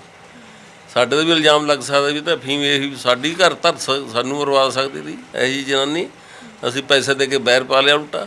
ਜੇ ਪੈਸੇ ਨਾ ਦਿੰਦੇ ਕਾਹਨੂੰ ਸਾਡਾ ਬੈਰ ਪੈਂਦਾ। ਤੁਸੀਂ ਵੀ ਪੈਸੇ ਦਿੱਤੇ ਹੋਏ ਆ? ਹਾਂਜੀ ਮੈਡਮ, ਮੈਂ ਇੰਨੇ ਪੈਸੇ ਦਿੱਤੇ ਸੀ। ਮੇਰਾ ਫਾਦਰ ਇਨ ਲਾ ਕਹਿੰਦਾ ਵੀ ਕੋਈ ਗੱਲ ਨਹੀਂ ਪੁੱਤ, ਮੈਂ ਤੇਰੇ ਪੈਸੇ ਵਾਪਸ ਕਰਾ ਦੂੰਗਾ, ਕੋਈ ਗੱਲ ਨਹੀਂ, ਮੈਂ ਤੇਰਾ ਸਾਥ ਦਊਂਗਾ। ਮਤਲਬ ਮੈਨੂੰ ਇੰਨੀਆਂ ਕੁ ਮਿੱਠੀਆਂ ਗੱਲਾਂ ਮਾਰ ਕੇ ਜੀ ਬਸ ਗੁੰਮਰਾਹ ਕਰ ਪੈਸੇ ਤੁਸੀਂ ਕਿੰਨੇ ਦਿੱਤੇ? 20 ਲੱਖ ਰੁਪਏ ਦਿੱਤਾ ਮੈਡਮ। 25 ਦਿੱਤਾ ਸੀ ਜੀ, 5 ਲੱਖ ਰੁਪਏ ਉਹਨਾਂ ਨੇ ਦੇ ਦਿੱਤਾ ਸੀ ਜੀ ਮੈਨੂੰ। ਇਹ ਉਹਨਾਂ ਨੂੰ ਵੀ ਪਤਾ ਜੀ, ਬਕਾਇਦਾ ਮੇਰੇ ਉਹਨਾਂ ਨੇ ਹਿਸਾਬ ਬਣਾ ਕੇ ਮੈਡਮ ਰਸੀਦਾਂ ਵੀ ਮੈਨੂੰ ਦਿੱਤੀਆਂ ਸੀ ਜਿਹੜੇ ਕਾਗਜ਼ ਦੇ ਉੱਪਰ ਜੀ। ਉਹ ਕਾਗਜ਼ ਜਦੋਂ ਉਹਨੂੰ ਪਤਾ ਸੀ ਵੀ ਅਸੀਂ ਨੇ ਇੱਦਾਂ ਹੀ ਚੱਲਣਾ ਹੈ, ਮੇਰੇ ਸਾਲੇ ਦਾ ਚੈੱਕ ਵੀ ਪਿਆ ਸੀ ਜੀ, ਆਸ਼ੀਸ਼ ਕੁਮਾਰ ਦਾ, ਮੈਨੂੰ ਚੈੱਕ ਵੀ ਦਿੱਤਾ ਜੀ। ਉਸ ਤੋਂ ਜਦੋਂ ਉਹ ਘਰੇ ਆਈ ਹੈ ਮੈਡਮ, ਉਹਨੂੰ ਪਤਾ ਸੀ ਮੇਰੀ ਨਮਾਰੀ ਦੇ ਵਿੱਚੋਂ ਸਾਰਾ ਕੁਝ ਚੱਕ ਕੇ ਆਪੇ ਪਹਿਲੀ ਲੈ ਗਈ ਜੀ। ਹੁਣ ਕੋਈ ਮਤਲਬ ਕੋਈ ਸਬੂਤ ਨਹੀਂ ਹੈਗਾ ਮੈਡਮ। ਉਹਨਾਂ ਨੇ ਚੈੱਕ ਦਿੱਤਾ ਜ਼ਰੂਰ ਸੀ, ਭਰ ਕੇ ਚੈੱਕ ਦਿੱਤਾ ਸੀ, ਚੈੱਕ ਉਹ ਆਪੇ ਨਮਾਰੀ ਦੇ ਵਿੱਚੋਂ ਲੈ ਗਈ ਜੀ। ਆਪ ਹੀ ਲੈ ਗਏ? ਮਤਲਬ ਪਲੈਨਿੰਗ ਸੀਗੀ ਉਹਦੀ ਬਹੁਤ ਵੱਡੀ ਪਲੈਨਿੰਗ ਸੀ ਜੀ। ਇੱਕ ਪਲੈਨਿੰਗ ਨਹੀਂ ਉਹਦੀ ਮੈਡਮ, ਬਹੁਤ ਵੱਡੀਆਂ ਪਲੈਨਿੰਗ ਨੇ। ਹੁਣ ਤੱਕ ਕਿੰਨੇ ਮੁੰਡਿਆਂ ਨਾਲ ਗੱਲ ਕਰ ਚੁੱਕੀ ਹੈ ਮੈਡਮ? 5-6 ਮੁੰਡਿਆਂ ਲਵੇ ਤਾਂ ਮੇਰੇ ਲਵੇ ਫੋਨ ਆ ਚੁੱਕੇ ਵੀ ਜਿਹੜੇ ਕਹਿੰਦੇ ਨੇ ਵੀਰ ਜੀ ਸਾਡੀ ਹੈਲਪ ਕਰ। ਮੈਂ ਭਰਾਵਾ ਮੈਂ ਕੀ ਹੈਲਪ ਕਰ ਸਕਦਾ, ਮੇਰੇ ਹੱਥ ਖੜੇ ਨੇ, ਤੁਸੀਂ ਕਰੋ। ਜਦੋਂ ਅਗਲਾ ਹੈਲਪ ਕਰਨ ਉਹ ਮਤਲਬ ਸੋਚਦੇ ਨੇ ਵੀ ਅਸੀਂ ਕੋਈ ਕਾਰਵਾਈ ਕਰੀਏ, ਉਸ ਤੋਂ ਪਹਿਲਾਂ ਉਹਨੂੰ ਫੋਨ ਕਰਦੇ ਜਾਂ ਧਮਕੀ ਦਿੰਦੀ ਆ, ਮੈਂ ਤੇਰੇ ਤੇ ਰੇਪ ਦਾ ਪਰਚਾ ਪਵਾ ਦੂੰ, ਆ ਤੇਰੀਆਂ ਫੋਟੋਆਂ ਨੇ, ਤੇਰਾ ਹਰੇਕ ਬੰਦਾ ਜੀ ਉੱਥੇ ਸਟਾਪ ਹੋ ਜਾਂਦਾ ਜੀ। ਸਾਡੇ ਵਿਆਹ ਵਾਲੀਆਂ ਫੋਟੋਆਂ ਦੇਖ ਸਕਦੇ ਹਾਂ? ਹਾਂਜੀ ਮੈਡਮ, ਇੱਥੇ ਪਈਆਂ ਨੇ। ਤਾਂ ਵਿਆਹ ਵਾਲੀਆਂ ਫੋਟੋਆਂ ਤੁਹਾਨੂੰ ਦਿਖਾਉਂਦੇ ਆ ਤੇ ਹੁਣ ਦੇ ਪਰਿਵਾਰ ਦੀ ਤਸਵੀਰਾਂ ਵੀ ਤੁਹਾਡੇ ਨਾਲ ਸਾਂਝੀਆਂ ਕਰਾਂਗੇ ਕਿ ਇਹ ਤੁਹਾਡੇ ਤੋਂ ਵੈਸੇ ਵੀ ਉਮਰ ਤੋਂ ਵੱਡੇ ਲੱਗ ਰਹੀ ਹੈ। ਤੁਹਾਡੀ ਉਮਰ ਕਿੰਨੀ ਸੀਗੀ ਉਸ ਵਕਤ? ਮੈਡਮ 18 ਸਾਲ ਦੀ ਏਜ ਸੀ ਤੇ ਜੀ। ਇਹਨਾਂ ਦੀ ਉਮਰ ਕੀ ਸੀ? ਉਹ 25 ਸਾਲ ਦੀ ਏਜ ਸੀ ਮੈਡਮ ਜੀ। 7 ਸਾਲ ਤੋਂ 7 ਸਾਲ ਦਾ ਮੈਡਮ। ਤੁਸੀਂ ਸੋਚਿਆ ਨਹੀਂ ਆਪਣੇ 18 ਸਾਲ ਦੇ ਮੁੰਡੇ ਦਾ ਵਿਆਹ ਕਰਨ ਵਕਤ ਕਿ 25 ਸਾਲ ਦੀ ਕੁੜੀ ਨਾਲ ਕਰ ਰਹੇ ਆ? ਬਹੁਤ ਸੋਚਿਆ ਜੀ, ਬਹੁਤ ਜ਼ਿਆਦਾ ਸੋਚਿਆ, ਪਰ ਸਾਡੀਆਂ ਬੇਟੀਆਂ ਨਾਲ ਗਈਆਂ ਜਦ ਪਹਿਲਾਂ ਅਸੀਂ ਦੇਖਣ ਗਏ, ਸਾਰੇ ਅਸੀਂ ਉੱਠ ਖੜੇ ਕਿ ਸਾਡੇ ਪਸੰਦ ਨਹੀਂ। ਮੇਰਾ ਬੇਟਾ ਕਹਿੰਦਾ ਜੇ ਆਪਣੀ ਕੁੜੀ ਨੂੰ ਕੋਈ ਦੇਖ ਕੇ ਛੱਡੇ ਤੁਹਾਡਾ ਕਿੰਨਾ ਦਿਲ ਦੁਖੀ ਹੋ ਵੀ ਮੈਂ ਕਰਾਉਣੀ ਇੱਥੇ ਹੈ। ਕਿਸਮਤ ਲੈ ਡੁੱਬੀ, ਕਿਸਮਤ ਦੀ ਕਹਾਣੀ ਹੈ। ਅਸੀਂ ਰੋਕਦੇ ਹਾਂ, ਭੈਣਾਂ ਰੋਕਦੀਆਂ ਨੇ ਇਹਦੀਆਂ। ਤੇ ਫੇਸਬੁੱਕ ਆਈਡੀਜ਼ ਤੁਸੀਂ ਚੈੱਕ ਕਰਨ ਦੀ ਕੋਸ਼ਿਸ਼ ਕੀਤੀ ਕਿ ਕੀ ਮੈਡਮ ਲਿਖ ਰਹੇ ਸੀ? ਉਹਨੇ ਹਰੇਕ ਚੀਜ਼ ਮੈਨੂੰ ਨਾ ਮਤਲਬ ਮੇਰੀ ਆਈਡੀ ਹੈਪੀ ਸ਼ਰਮਾ ਨਾਮ ਤੇ ਮੈਨੂੰ ਹਰੇਕ ਜਗ੍ਹਾ ਤੋਂ ਬਲੌਕ ਕੀਤਾ ਹੋਇਆ ਸੀ। ਜਿੰਨੀਆਂ ਮਤਲਬ ਉਹਦੀਆਂ ਆਈਡੀਆਂ ਨੇ ਜੀ, ਮੈਂ ਹੁਣ ਵੀ ਫੋਨ ਦੇ ਵਿੱਚ ਚੈੱਕ ਕਰ ਲਓ, ਉਹਨੇ ਪਹਿਲਾਂ ਮੈਨੂੰ ਬਲੌਕ ਕਰਨਾ, ਬਾਕੀ ਫਿਰ ਆਈਡੀ ਚਲਾਉਣੀ। ਬਕਾਇਦਾ ਉਹਦੀ ਇੱਕ ਆਈਡੀਆਂ ਨੇ ਜੀ, ਬਹੁਤ ਜ਼ਿਆਦਾ ਆਈਡੀਆਂ ਬਣਾਈਆਂ ਹੋਈਆਂ ਨੇ, ਘੱਟੋ ਘੱਟ 20-25 ਨੰਬਰ ਦਾ ਮੇਰੇ ਫੋਨ ਦੇ ਵਿੱਚ ਸੇਵ ਨੇ ਜੀ। ਹੁਣ ਇਹ ਮੁੰਡਾ ਦੱਸਦਾ ਵੀ ਉਹਦੇ ਵਿੱਚ ਕਮ ਸੇ ਕਮ 200 ਨੰਬਰ ਉਹਦੇ ਨਾਮ ਤੇ ਅੱਜ ਵੀ ਇਸ਼ੂ ਹੋਇਆ ਹੋਇਆ, ਜੋ ਕਿ ਫ਼ੋਨ ਨੰਬਰ ਹੈ। ਹੁਣ ਮੈਡਮ ਸਾਰਿਆਂ ਨਾਲੋਂ ਵੱਡੀ ਗੱਲ ਇਹ ਹੈ ਵੀ ਉਹ ਬਹੁਤ ਅੱਗੇ ਸਮਗਲਰੀ ਦਾ ਕੰਮ ਕਰ ਰਹੀ ਹੈ। ਇੱਕ ਮੁੰਡਾ ਦੀਪ ਹੈ ਜੀ ਪਟਿਆਲੇ ਤੋਂ, ਉਹਨੇ ਬਕਾਇਦਾ ਆਪਦੀ ਬਾਂਹ ਦੇ ਉੱਪਰ ਉਹਦਾ ਨਾਮ ਲਿਖਾਇਆ ਹੋਇਆ ਮੀਤ, ਉਸਨੇ ਆਪਦੇ ਬਾਂਹ ਦੇ ਉੱਪਰ ਲਿਖਾਇਆ ਹੋਇਆ ਦੀਪ। ਸ਼ਰੇਆਮ ਮੁੰਡੇ ਨਾਲ ਰਹਿੰਦੀ ਹੈ ਜੀ, ਕੋਠੀ ਰੈਂਟ ਤੇ ਲੈਂਦੇ ਨੇ। ਪਹਿਲਾਂ ਮੈਡਮ ਮੈਂ ਛੱਡਤਾ ਸੀ ਉਹਦੇ ਪਿੱਛਾ ਕਰਨਾ, ਸੋਚਣਾ ਵੀ ਆਉਣਾ ਜਾਣਾ ਵੀ ਨਹੀਂ ਇਹ ਤੋਂ ਮੈਂ ਕੁਝ ਨਹੀਂ ਲੈਣਾ। ਜਦੋਂ ਇਸ ਮੁੰਡਾ ਹੀ ਮੇਰੇ ਨਾਲ ਕਨੈਕਟ 'ਚ ਆਇਆ, ਇਹ ਜਿਸ ਦਿਨ ਆਇਆ ਉਸ ਦਿਨ ਇਹਦੀ ਇਹ ਹਾਲਾਤ ਸੀ, ਇਹ ਕਹਿੰਦਾ ਵੀਰੇ ਮੈਂ ਸੁਸਾਈਡ ਕਰਕੇ ਮਰ ਜਾਣਾ। ਮੈਂ ਕਿਹਾ ਕੋਈ ਗੱਲ ਨਹੀਂ। ਇਹ ਵਿਚਾਰਾ ਮੇਰੇ ਲਵੇ ਰੋਣ ਲੱਗ ਗਿਆ ਜੀ। ਮੈਂ ਇਹਦੇ ਨਾਲ ਮੈਂ ਕਿਹਾ ਕੋਈ ਗੱਲ ਨਹੀਂ, ਮੈਂ ਜਿੱਥੇ ਤੂੰ ਲੋੜ ਹੈ ਮੈਂ ਤੇਰੇ ਨਾਲ ਖੜੂੰਗਾ। ਮੈਡਮ ਮੈਂ ਵੀ ਇਹਦਾ ਕੋਈ ਹੱਲ ਨਹੀਂ ਕੱਢ ਸਕਦਾ, ਮੇਰਾ ਕੋਈ ਹੱਲ ਨਹੀਂ ਕੱਢ ਸਕਦਾ। ਅਸੀਂ ਘੱਟੋ ਘੱਟ 15-20 ਚੱਕਰ ਸਾਡੇ ਬਰਨਾਲੇ ਦੇ ਲਾਗੇ ਜੀ DSP ਸਾਹਿਬ ਲਵੇ, ਉੱਥੇ ਜਾਂਦੇ ਹਾਂ। ਬਕਾਇਦਾ DSP ਕਹਿੰਦਾ ਵੀ ਤੈਨੂੰ ਬੁਲਾਇਆ ਸੀ। ਮੈਂ ਇੱਕ ਦਿਨ ਇਹਦੇ ਨਾਲ ਚਲਿਆ ਗਿਆ ਜੀ, ਮੈਨੂੰ ਕਹਿੰਦਾ ਵੀ ਤੈਨੂੰ ਬੁਲਾਇਆ ਸੀ। ਉਹਨਾਂ ਦਾ ਵਕੀਲ ਆਇਆ ਜੀ ਅਮਨ ਕਥੂਰੀਆ, ਉਹ ਮੇਰੇ ਸਾਰੇ ਕੇਸਾਂ ਦੇ ਵਿੱਚ ਬਕਾਇਦਾ ਉਹ ਹੈ ਜੀ। ਉਹ ਆ ਕੇ ਆਪਦੇ ਸਟੇਟਮੈਂਟ ਦੇ ਕੇ ਗਿਆ ਜੀ। ਜਿਸ ਦਿਨ ਉਹ ਗਈ ਹੈ ਮੈਨੂੰ ਕਹਿੰਦੀ ਵੀ ਗੱਲੇ ਕੁਛ ਨਹੀਂ, ਮੈਂ ਪੈਸੇ ਨਾਲ ਕੁਛ ਵੀ ਖਰੀਦ ਸਕਦੀ ਹਾਂ। ਮੈਡਮ ਘੱਟੋ ਘੱਟ 2-2 ਕਿਲੋ ਫੀਮ ਉੱਥੋਂ ਲੈ ਕੇ ਆਉਂਦੇ ਜੀ ਇਹ ਮੁੰਡੇ ਦੱਸਣ ਦੇ ਮੁਤਾਬਕ, ਤੇ ਉਹਨੂੰ ਕੋਈ ਪੁਲਿਸ ਨਹੀਂ ਕੁਛ ਕਹਿ ਰਹੀ। ਅਸੀਂ ਪੁਲਿਸ ਜਿੱਥੇ ਕੰਪਲੇਂਟ ਕਰਦੇ ਹਾਂ ਕਹਿੰਦੇ ਰੰਗੇ ਹੱਥੀਂ ਫੜਾਓ ਜੀ। ਮੈਡਮ ਅਸੀਂ ਰੰਗੇ ਹੱਥੀਂ ਕਿਵੇਂ ਫੜਾਈਏ ਜੀ? ਚਿੱਟਾ ਮੈਨੇ ਅੱਜ ਮੇਰੀ 32 ਸਾਲ ਦੀ ਏਜ ਹੋ ਗਈ, ਮੈਨੇ ਚਿੱਟਾ ਅੱਜ ਤੱਕ ਨਹੀਂ ਦੇਖਿਆ ਵੀ ਉਹ ਕਿਹੋ ਜਿਹਾ ਹੁੰਦਾ। ਉਹ ਬੱਚਿਆਂ ਤੋਂ ਵੀ ਕੰਮ ਕਰਵਾ ਰਹੀ ਹੈ ਜੀ। ਮੇਰਾ ਸਾਰਿਆਂ ਨਾਲੋਂ ਵੱਡਾ ਦੁੱਖ ਮੈਨੂੰ ਇਹ ਹੈ ਮੈਡਮ। ਜੀ ਤਾਂ ਪੁਲਿਸ ਤੱਕ ਗੱਲ ਪਹੁੰਚਾਈ ਤੁਸੀਂ? ਮੈਡਮ ਪੁਲਿਸ ਤੱਕ 2-3 ਵਾਰ ਗੱਲ ਪਹੁੰਚਾਤੀ ਜੀ। ਉਹ ਕੀ ਕਹਿੰਦੇ ਆ, ਕੋਈ ਗੱਲ ਨਹੀਂ, ਨੰਬਰ ਟਰੇਸ ਲਾਤੇ, ਨੰਬਰ ਲੈ ਲੈਂਦੇ ਨੇ ਜੀ, ਉਹਦੇ ਨੰਬਰ ਟਰੇਸ ਲਾ ਲੈਂਦੇ ਆ, ਜਾਂ ਥੋੜ੍ਹੇ ਦਿਨਾਂ ਬਾਅਦ ਫਿਰ ਪੁੱਛਦੇ ਆ ਤੁਸੀਂ ਹੈਲਪ ਕਰੋ, ਤੁਸੀਂ ਰੰਗੇ ਹੱਥੀ ਫੜਾਓ। ਮੈਡਮ ਹੁਣ ਅਸੀਂ ਰੰਗੇ ਹੱਥੀ ਕਿਵੇਂ ਫੜਾ ਸਕਦੇ ਜੀ, ਕਿਵੇਂ ਫੜਾ ਸਕਦੇ ਆ ਜੀ? ਸਿਮ ਬਹੁਤ ਨੇ ਜੀ, ਸਿਮੇ ਬਹੁਤ ਨੇ, 20-25 ਉਹਦੇ ਘਰ ਜਾਣ ਦੀ ਕੋਸ਼ਿਸ਼ ਕੀਤੀ? ਘਰ ਪਟਿਆਲਾ ਮੈਡਮ ਉਹਦੇ ਘਰ ਦੇ ਸੀ ਬਹੁਤ ਪੰਚਾਇਤਾਂ ਲੈ ਕੇ ਗਏ, ਇੱਕ ਵਾਰ ਮੇਰੇ ਜੀਜਾ ਜੀ ਨਾਲ ਗਏ, ਉਹ ਐਡਵੋਕੇਟ ਨੇ, ਅਸੀਂ ਗਏ ਆ, ਸਾਨੂੰ ਧੱਕੇ ਮਾਰ ਉਹਨਾਂ ਨੇ ਬਾਹਰ ਕੱਢਤਾ ਵੀ ਤੁਸੀਂ ਕੌਣ, ਕੋਰਟ ਦੇ ਵਿੱਚ ਮਿਲੋ। ਕੋਰਟ ਦੇ ਵਿੱਚ ਜੀ ਮੇਰੇ ਤਾਂ ਇੰਨੇ ਕੁ ਕੇਸ ਨੇ ਮੈਡਮ, ਮੈਂ ਬਸ ਪੁੱਛੇ ਨਾ ਕੁਛ ਜੀ। ਮੈਂ ਇੱਕ ਮੰਥਲੀ ਦੇ ਵਿੱਚ ਮੇਰੀਆਂ 20 ਪੇਸ਼ੀਆਂ ਨੇ ਮੈਡਮ। ਕਦੇ ਮੈਂ ਚੰਡੀਗੜ੍ਹ ਜਾਂਦਾ ਜੀ, ਕਦੇ ਮੈਂ ਪਟਿਆਲੇ ਜਾਂਦਾ, ਕਦੇ ਮੈਂ ਸੰਗਰੂਰ ਜਾਂਦਾ। ਮੇਰੀ ਜ਼ਿੰਦਗੀ ਖਤਮ ਕਰ ਚੁੱਕੀ ਹੈ ਜੀ। ਬਸ ਉਹਨੇ ਇੱਕ ਮਕਸਦ ਹੈ। ਹੁਣ ਇਹ ਮੁੰਡਾ ਦੱਸਣ ਦੇ ਮੁਤਾਬਕ ਇੱਕ ਦਿਨ ਇਹਨੂੰ ਫੋਨ ਕਰਦੀ ਹੈ ਵੀ ਆਪਾਂ ਨੇ ਹੈਪੀ ਨੂੰ ਮਰਵਾਉਣਾ। ਇਹ ਕਹਿੰਦਾ ਵੀ ਮੇਰੇ ਲਵੇ ਇਹੋ ਜਿਹਾ ਕੰਮ ਤਾਂ ਕੋਈ ਹੈ ਨਹੀਂ ਕਿ ਇਹਦੇ ਲਈ ਬਕਾਇਦਾ ਰਿਕਾਰਡਿੰਗ ਵੀ ਸੀ। ਉਹ ਕਿਸਮਤ ਉਹਦੀ ਲੱਕੀ ਹੈ, ਸਾਡੀ ਖਾਤਮਾ। ਮੈਡਮ ਇਹਦਾ ਫੋਨ ਹੀ ਡਿੱਗ ਚੁੱਕਿਆ ਜੀ, ਉਹ ਤੁਹਾਨੂੰ ਰਿਕਾਰਡਿੰਗ ਵੀ ਸੁਣਾ ਦਿੰਦੇ। ਉਹ ਕਹਿੰਦੀ ਵੀ ਮੈਂ 5 ਲੱਖ ਰੁਪਏ ਦੇ ਦੂੰਗੀ ਵੀ ਉਹਨੂੰ ਮਰਵਾ ਦੇ, ਵੀ ਉਹ ਮੁੰਡੇ ਨੂੰ ਮਰਵਾ ਦੇ, ਮੈਂ ਤੈਨੂੰ 5 ਲੱਖ ਰੁਪਏ ਆਪਾਂ ਗਾਹਾਂ ਦੇ ਦਾਂਗੇ। ਇਹ ਕਹਿੰਦਾ ਮੇਰੇ ਲਵੇ ਕੋਈ ਬੰਦਾ ਨਹੀਂ ਹੈਗਾ। ਉਹ ਮੈਡਮ ਉਹ ਮੇਰੇ ਮਰਾਉਣ 'ਤੇ ਉਹਦਾ ਮਤਲਬ ਪੂਰਾ ਹੱਥ ਹੈ ਜੀ ਵੀ ਇਹਨੂੰ ਮੈਂ ਮਰਵਾ ਦਾਂ। ਮੇਰੇ ਨਾਲ ਪਤਾ ਨਹੀਂ ਵੀ ਕੀ ਬੈਰ ਹੈ ਜੀ, ਕੀ ਨਹੀਂ ਹੈਗਾ।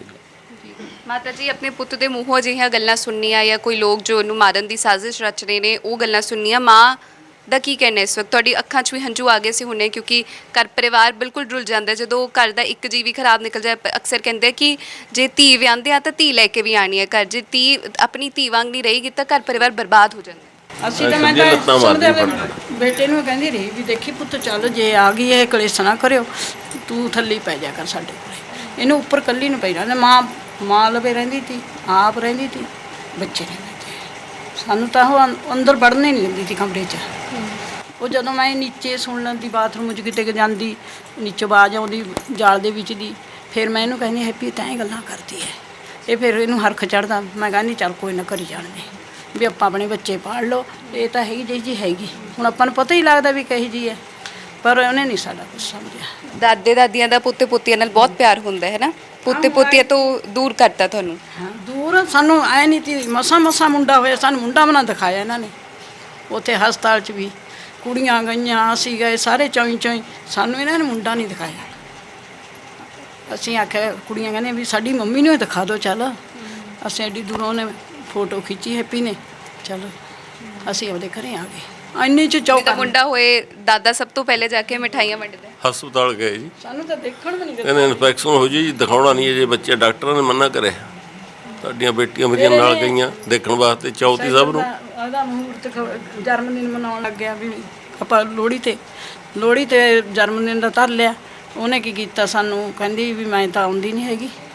ਫਿਰ ਕਹਿੰਦੇ ਉਹਦਾ ਮਾਮਿਆਂ ਕੋਲੇ ਗਏ। ਮੈਂ ਕਿਹਾ ਹੈਪੀ ਕੋਈ ਇਹਨਾਂ ਹੈ ਹੀ ਨਹੀਂ ਰਿਸ਼ਤੇਦਾਰ? ਕਹਿੰਦਾ ਹੈਗੇ ਮੰਮੀ। ਮੈਂ ਕਿਹਾ ਚੱਲ ਫਿਰ ਧੁੰਦ ਪਵੇ, ਅਸੀਂ ਉੱਥੇ ਗਏ ਉਹਦੇ ਨਾਨਕੇ, ਮਲੋਹ ਨਾਨਕੀ। ਉੱਥੇ ਗਏ, ਉੱਥੇ ਉਹ ਜਦੀ ਤੁਰ ਪਏ ਮਾਮੇ, ਕਹਿੰਦੇ ਚੱਲ। ਫਿਰ ਉਹਨਾਂ ਨੇ ਟਾਈਮ ਦੇ ਦਿੱਤਾ ਸਾਨੂੰ। ਫਿਰ ਕਹਿੰਦੀ ਉਹਦੀ ਮੰਮੀ ਨੂੰ ਲੈ ਕੇ ਆਵੇ। ਫਿਰ ਮੈਨੂੰ ਲੈ ਕੇ ਗਿਆ ਮੁੰਡਾ। ਫਿਰ ਅਸੀਂ ਮਸਾਂ ਲਿਆਏ। ਫਿਰ ਆਉਂਦੀ ਨਹੀਂ ਕਰਦੇ, ਘੱਟ ਤੋਂ ਘੱਟ 10,000 ਸਾਡਾ ਆਉਂਦੀ ਨਹੀਂ ਲਵਾਤਾ ਉੱਥੇ ਪਟਿਆਲੇ 'ਚ। ਵੱਡਾ ਇਹਦਾ ਇੱਕ ਮਾਮਾ ਮੈਡਮ ਪੁਲਿਸ ਦੇ ਵਿੱਚ ਹੈ, ਦਰਸ਼ੀ ਕੁਮਾਰ ASI ਹੈ ਜੀ। ਸਾਰਿਆਂ ਨਾਲੋਂ ਵੱਡੀ ਇੰਟਰਫੇਅਰ ਉਹਦੀ ਹੈ ਜੀ। ਹਰੇਕ ਗੱਲ ਉਹ ਦੱਸਦਾ ਵੀ ਤੁਸੀਂ ਐਵੇਂ ਨਹੀਂ ਐਵੇਂ ਕਰਨਾ।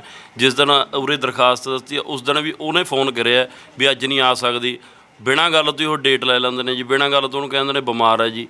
ਜਿੰਨੀ ਇੰਟਰਫੇਅਰ ਇਹਦਾ ਮਾਮਾ ਕਰਦਾ ਪੁਲਿਸ ਦੇ ਵਿੱਚ ਹੈ ਜੀ। ਉਹ ਬਕਾਇਦਾ ਮੁੰਡੇ ਨਾਲ ਫੋਨ 'ਤੇ ਗੱਲ ਹੋਈ, ਸਾਡੇ ਤੋਂ ਰਿਕਾਰਡਿੰਗ ਵੀ ਹੈ। ਬਕਾਇਦਾ ਮੈਨੂੰ ਪੁੱਠੀਆਂ ਉੱਪਰ ਦੀ ਗਾਲਾਂ ਕੱਢ ਰਿਹਾ ਬਿਨਾਂ ਗੱਲ ਦੇ ਵਿੱਚ ਜੀ। ਜਿੰਨੀ ਇੰਟਰਫੇਅਰ ਉਹ ਕਰ ਰਿਹਾ ਸਾਡੇ ਘਰ ਦੇ ਵਿੱਚ ਕੋਈ ਕਰਦਾ ਨਹੀਂ ਹੋਊਗਾ ਜੀ। ਮੀਨਾਕਸ਼ੀ ਦਾ ਫੋਨ ਨੰਬਰ ਹੋਏਗਾ ਤੁਹਾਡੇ ਕੋਲ? ਇਹ ਮੁੰਡੇ ਲਵੇ ਹੈਗੇ ਜੀ। ਤੁਹਾਨੂੰ ਬਲੌਕ ਕੀਤਾ ਹੋਇਆ ਇਹ ਗੱਲ ਹੁੰਦੀ ਹੈ? ਨਾ ਬਲੌਕ ਕੀਤਾ ਹੈ, ਮੈਨੂੰ ਤਾਂ ਬਹੁਤ ਟਾਈਮ ਹੋ ਗਿਆ।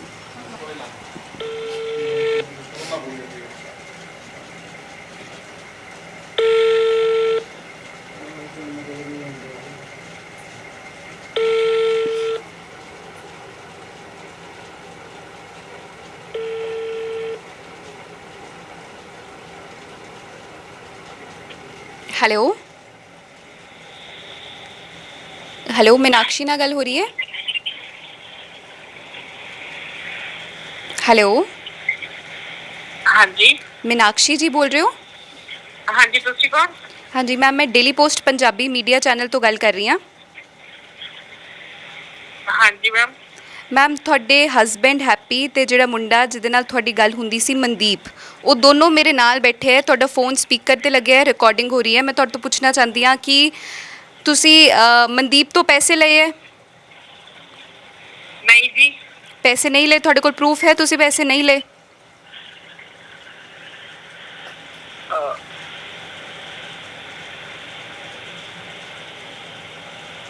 ਹੈਲੋ ਮੈਮ, ਤੁਸੀਂ ਪੈਸੇ ਲਏ ਤਾਂ ਫੋਨ